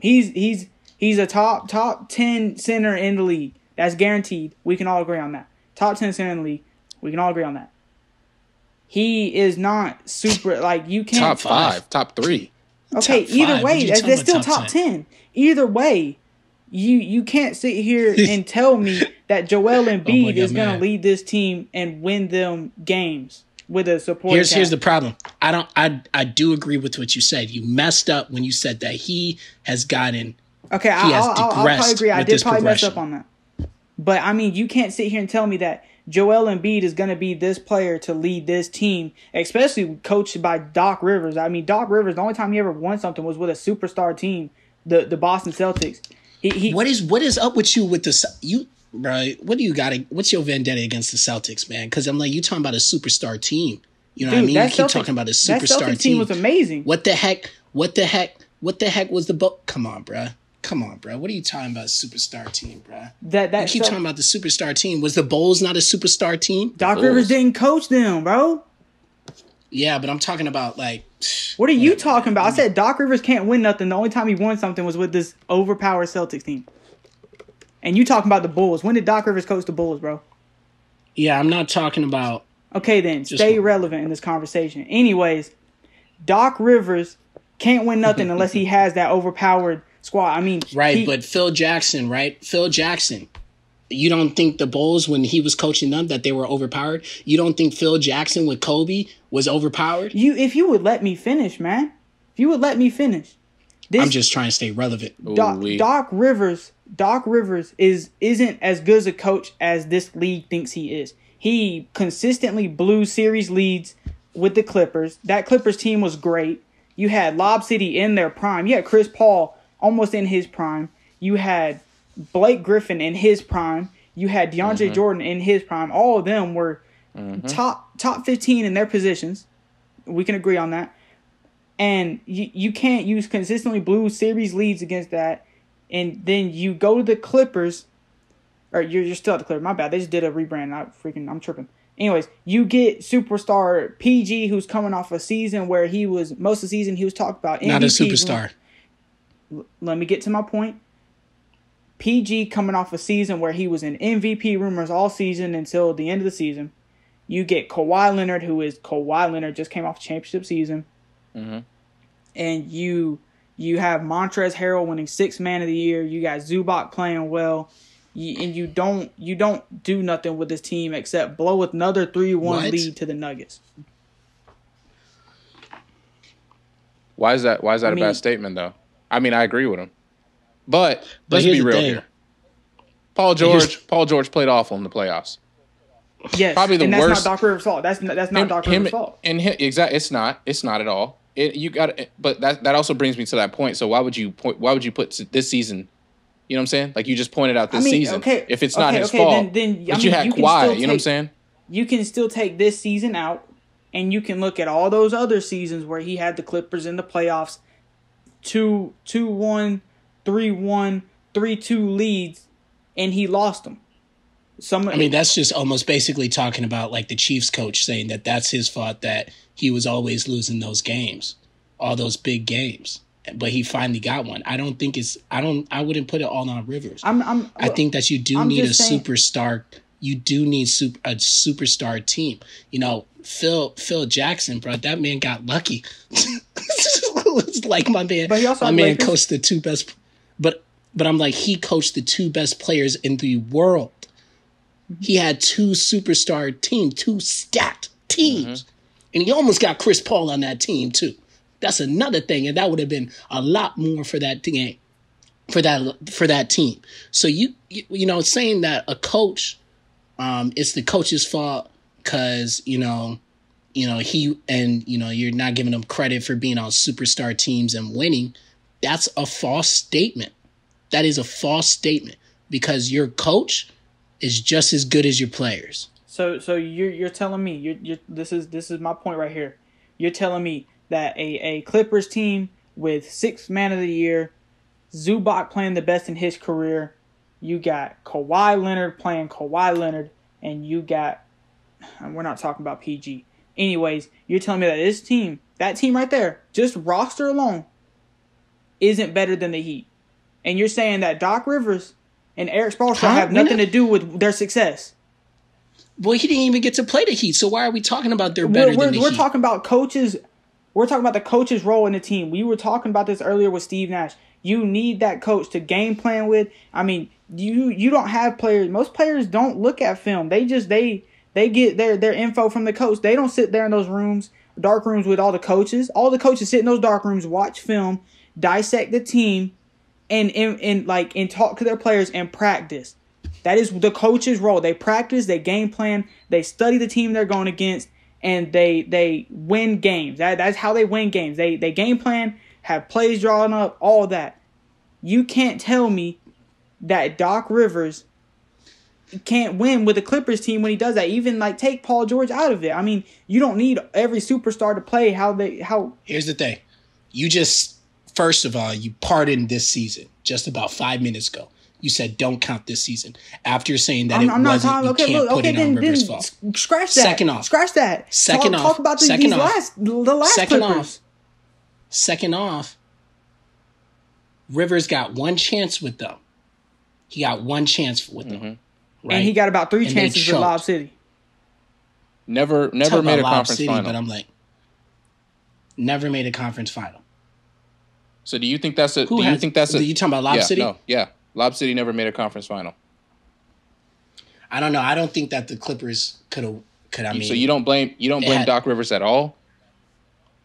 I give him partially, but I don't give him as much of the blame. Why not? I wouldn't give him as much of the blame. Why not? Because I still think he's a good coach. Look. You know, let me. And Okay, finish. You can finish. I think he's a good coach, and some of the stuff that my boy Griffin and like all of them, you guys got to remember that there was tension on that team. That was another big problem. Mm-hmm. Is that there was tension on that team just between them and the back office because remember the comments that were made even in the back office regarding race. Yeah. Remember that? Yeah. So Yeah. I'm like, that's a bunch of there's just more than just one thing going on. You got players that don't even want to play for a team. They're playing just because they love the sport. Mm-hmm. And I'm like, you can't just put everything on Rivers, because I think at the end of the day, Rivers is a good coach, and I think he did show that with the Celtics. I just think Lob City probably wouldn't have. I don't care who Lob City had as their coach. I don't think they would have won. I disagree. I give you Phil Jackson, they would have won. But it's just weird, though, because when I first asked the question, you said it doesn't matter who's coaching the 76ers. For the 76ers, I don't think you don't think it matters. I do agree with that. Why would it not matter? I don't think it matters. So it matters for other teams, but not the 76ers. Because I have no hope for this. No, I'm not saying that. I'm saying I have no hope for the 76ers. Let me give you. I have no hope for this. The 76ers. I agree. 76ers need a player who can score. And then I'm talking when I say it doesn't matter, I'm talking about for Lob City. I'm not talking about for just teams around. I'm saying for Lob City. I'm gonna draw this up on the whiteboard. Okay, you got the NHL, you got the MLB, you got the NFL, and you got college football. Right? Those are major sports that have coaches in them. Correct? Yeah. So you're gonna tell me that when this, let's say an NHL team, now NHL you can't really go off this, but NHL team, when a team is struggling, who gets fired, who gets cut? The coach. They find a new coach. Now play back what I just said, because I didn't say it wasn't his fault at all. I did not say that. I said you can't put most of the blame on him. Okay. In NHL, you're talking about NHL. I'm talking coaches. I'm not here for NHL. I'm talking coaches. Look, NHL. I don't even know nothing about the NHL. Look, NHL. I know 2 teams in the NHL. Look, NHL. Can we talk about they will football? fire a coach. Right? They will fire a coach mid-season, hire a new coach, go on to win the Stanley Cup.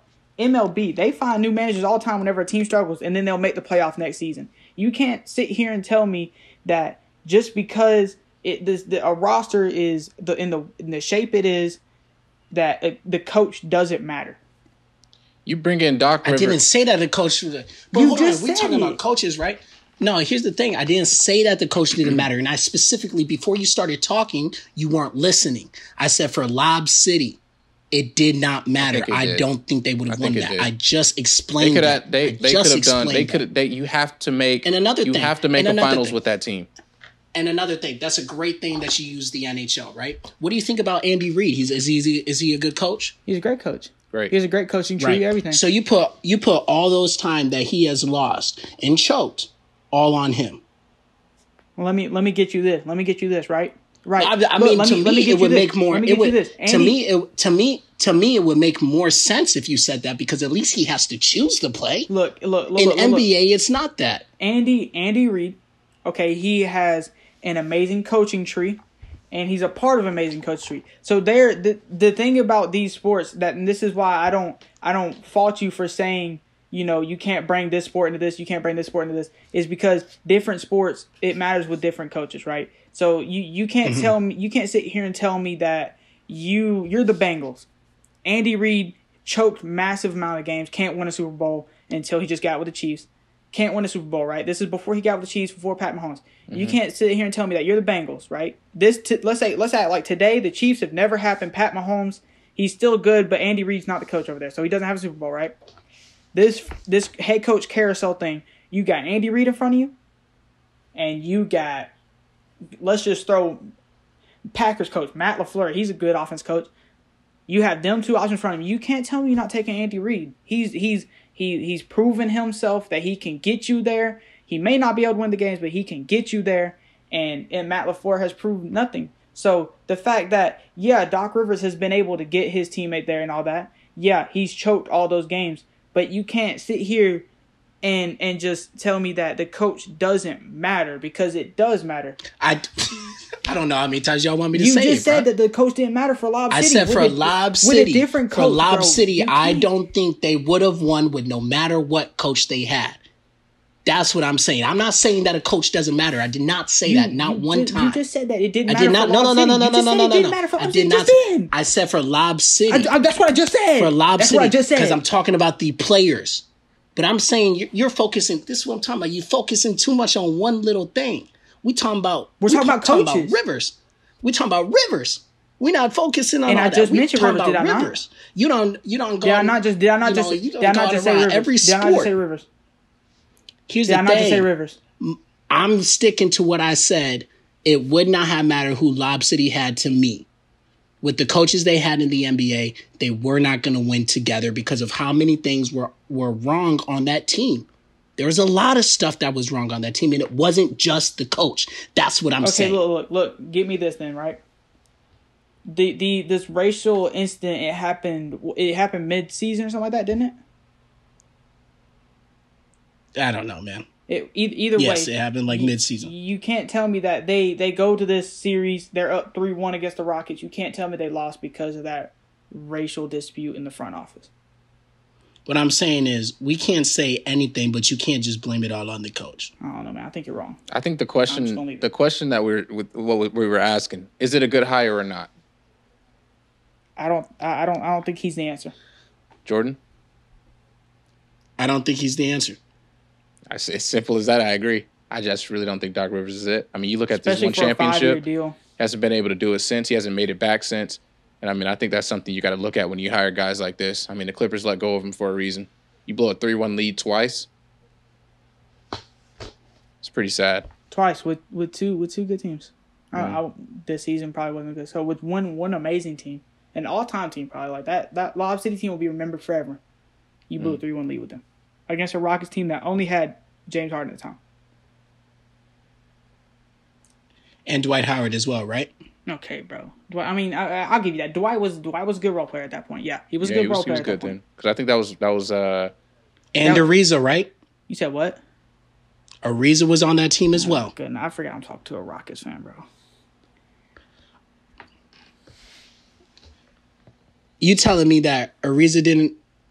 You can't sit here and tell you had a defensive team. You can't sit here and tell me James Harden, Dwight Howard out of his prime, about to get out of his prime. Look, ending his prime right then.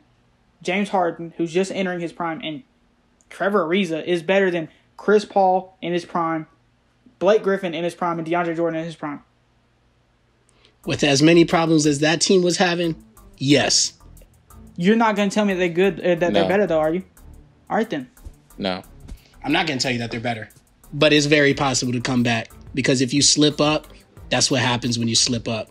When you slip up, when you're on thin ice, and you want to walk in the one area instead of walking in the thick area, what's going to happen, right? Y'all know what happens, right? You fall through. All right, so as we begin to wind down the podcast, it's time to get some segments going. First, we go with the player of the week. Cameron, who you got? I got Aaron Rodgers. He went 20 for 20, 3 touchdowns, targeting tight ends and running backs. But overall, he went 27 for 33, 327 yards and 4 touchdowns. If you really watch this game, it was pure dominance by him. Okay. Well, I'm going to the NBA, and I think right now who's somebody who's playing the best basketball in the world right now, and I'm going with LeBron James. LeBron James is built different, man. Game 2, he drops 33. Guy's coming off of it. Game 3, come on. Game 3, this guy drops 25, 9 rebounds, 8 assists, near triple-double. This guy's been dropping near triple-doubles every night. I think he's a big key to the Lakers being able to score, but I still think AD is Finals MVP. But LeBron is my player of the week. Okay. And now on to crunch time, where we ask a question and the other gets 15 seconds to answer it. After 15 seconds, you got to stop. But the point is can you make a point in 15 seconds? Can you answer this question and make your point in 15 seconds? Okay. So which topic you want to do first? First topic, I say we do NFL. So I'll ask my question, you ask your question. My question is, what was Bill O'Brien's biggest fault in Houston? I think Bill O'Brien's major flaw in Houston is his being of the general manager. I don't think you have a coach as a general manager making all those trades. And I just feel like he's not a winning coach in the NFL. I think he should go back to college. What's my question? Cam Newton, when he comes back, are the Patriots lethal? Go. I think the Patriots were lethal before. But, I don't think the Patriots are the team that can do what they've normally done with Tom Brady. I mean, losing the first round of the playoffs. I like Cam Newton, but I mean that's going to be a tough task to pull off. Okay, which one you want to do next? You want to do NBA or NCAA? Let's go NCAA. NCAA. You want to go first? You want me to go first? I'll go first. Okay. Which team benefits the most from Oklahoma being eliminated from playoff consideration? I think it's pretty obvious. I think it's Oklahoma State. I think the only thing Oklahoma State has to worry about now is just beating Oklahoma in the rivalry. They really struggle to beat them in this rivalry. I think they'll benefit most. Oklahoma State? Oklahoma State. You think Oklahoma State can make the playoffs? If they went out, they don't have any competition. Cameron, I'm gonna be real with you right now. There's about 4 other teams that don't normally make the playoffs that even if they have 1 or 2 losses, I'd put in over Oklahoma State. Hey, that's you. But I mean, I feel like if you got this Oklahoma State that's undefeated, they have just as much right as Oklahoma does making it. To be honest, I think it helps Georgia. I mean, you got to think the last 2 years, Georgia misses the playoffs by 1 spot. And what was that team that got in over them? Wasn't it Notre Dame? No. Yes, it was. They played Clemson. It was Oklahoma. It was Notre Dame. Clemson, Notre Dame was a while back. Last year it was Clemson got in. The year before, last year Oklahoma got in. The year before, I believe Oklahoma got in. It was Notre Dame. Bro, you're bugging. Anyways, I could have sworn the one that you're really talking about, I feel like, is Notre Dame. Last year we lost. We got our ass whooped by LSU. Okay, and we finished 5th. So what's your point? Bro, either way, we weren't making it over a Big 12 championship winning Oklahoma team. Oklahoma being eliminated helps Georgia. NBA. Oklahoma State. NBA. Wait, you didn't ask me an NCAA question. Oh, my bad. Okay. Come on, man. Do you think 3 SEC teams could make the playoff? Yes. Yes. And I'm telling you those 3 teams right now. It could be Alabama, Florida, and Georgia. But I don't want to see that happen. I don't think it should happen, especially when you got teams like Ohio State and Clemson. Somebody's got to get in over them. Okay. Last but not least, we got the NBA, probably the most interesting sport right now. You want to go first? You want me to go first? NBA, you go first. You go first. Okay, so what adjustments do you make if you're the Heat? Well, we got to score more than 96 points. You're doing great right now, keeping the Lakers contained. I mean, they're only scoring low 100s, but you got to score mid 100s like you were doing against the Heat, against Giannis, and those other teams, and the Nets, Pacers. They got to look way better than they are. They didn't play the Nets, but I don't know why I meant to say the Celtics. Okay. Can't disagree there. All right, and for my NBA question, hear me out. How well did this season improve the legacy of LeBron, or did it improve at all? I think the legacy from LeBron hasn't been touched until he either wins or loses this finals. I think that's really what LeBron's legacy has come to. And I think that's what Michael Jordan's legacy went to. And I feel like it's just going to happen to him to end up like that. All right, that has been Crunch Time. What are our discussion questions of the week? We got 2 questions again.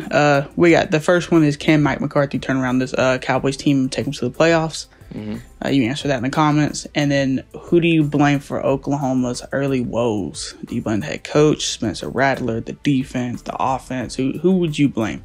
Should put Texas in there as well. You got to start figuring out who to point fingers at on that Texas side of football. And those two teams play each other this weekend. That's going to be a jolly time, I see. This has been the Kid and Kam Podcast. Thank you for listening. Come back again next week. I think we're posting this every Friday. Stay tuned. We talk about every single sport. We try to tell the most truthful side of it. Obviously, we didn't do every sport. We only did, 3? only 3 sports. Next week, we'll probably cover the 3 we covered, MLB and possibly NHL. It just depends on what happens. Everything will be linked down in the description. If you have any Instagram links, anything, it's all linked down in the description. But again, thank you for watching. Tune back in Friday.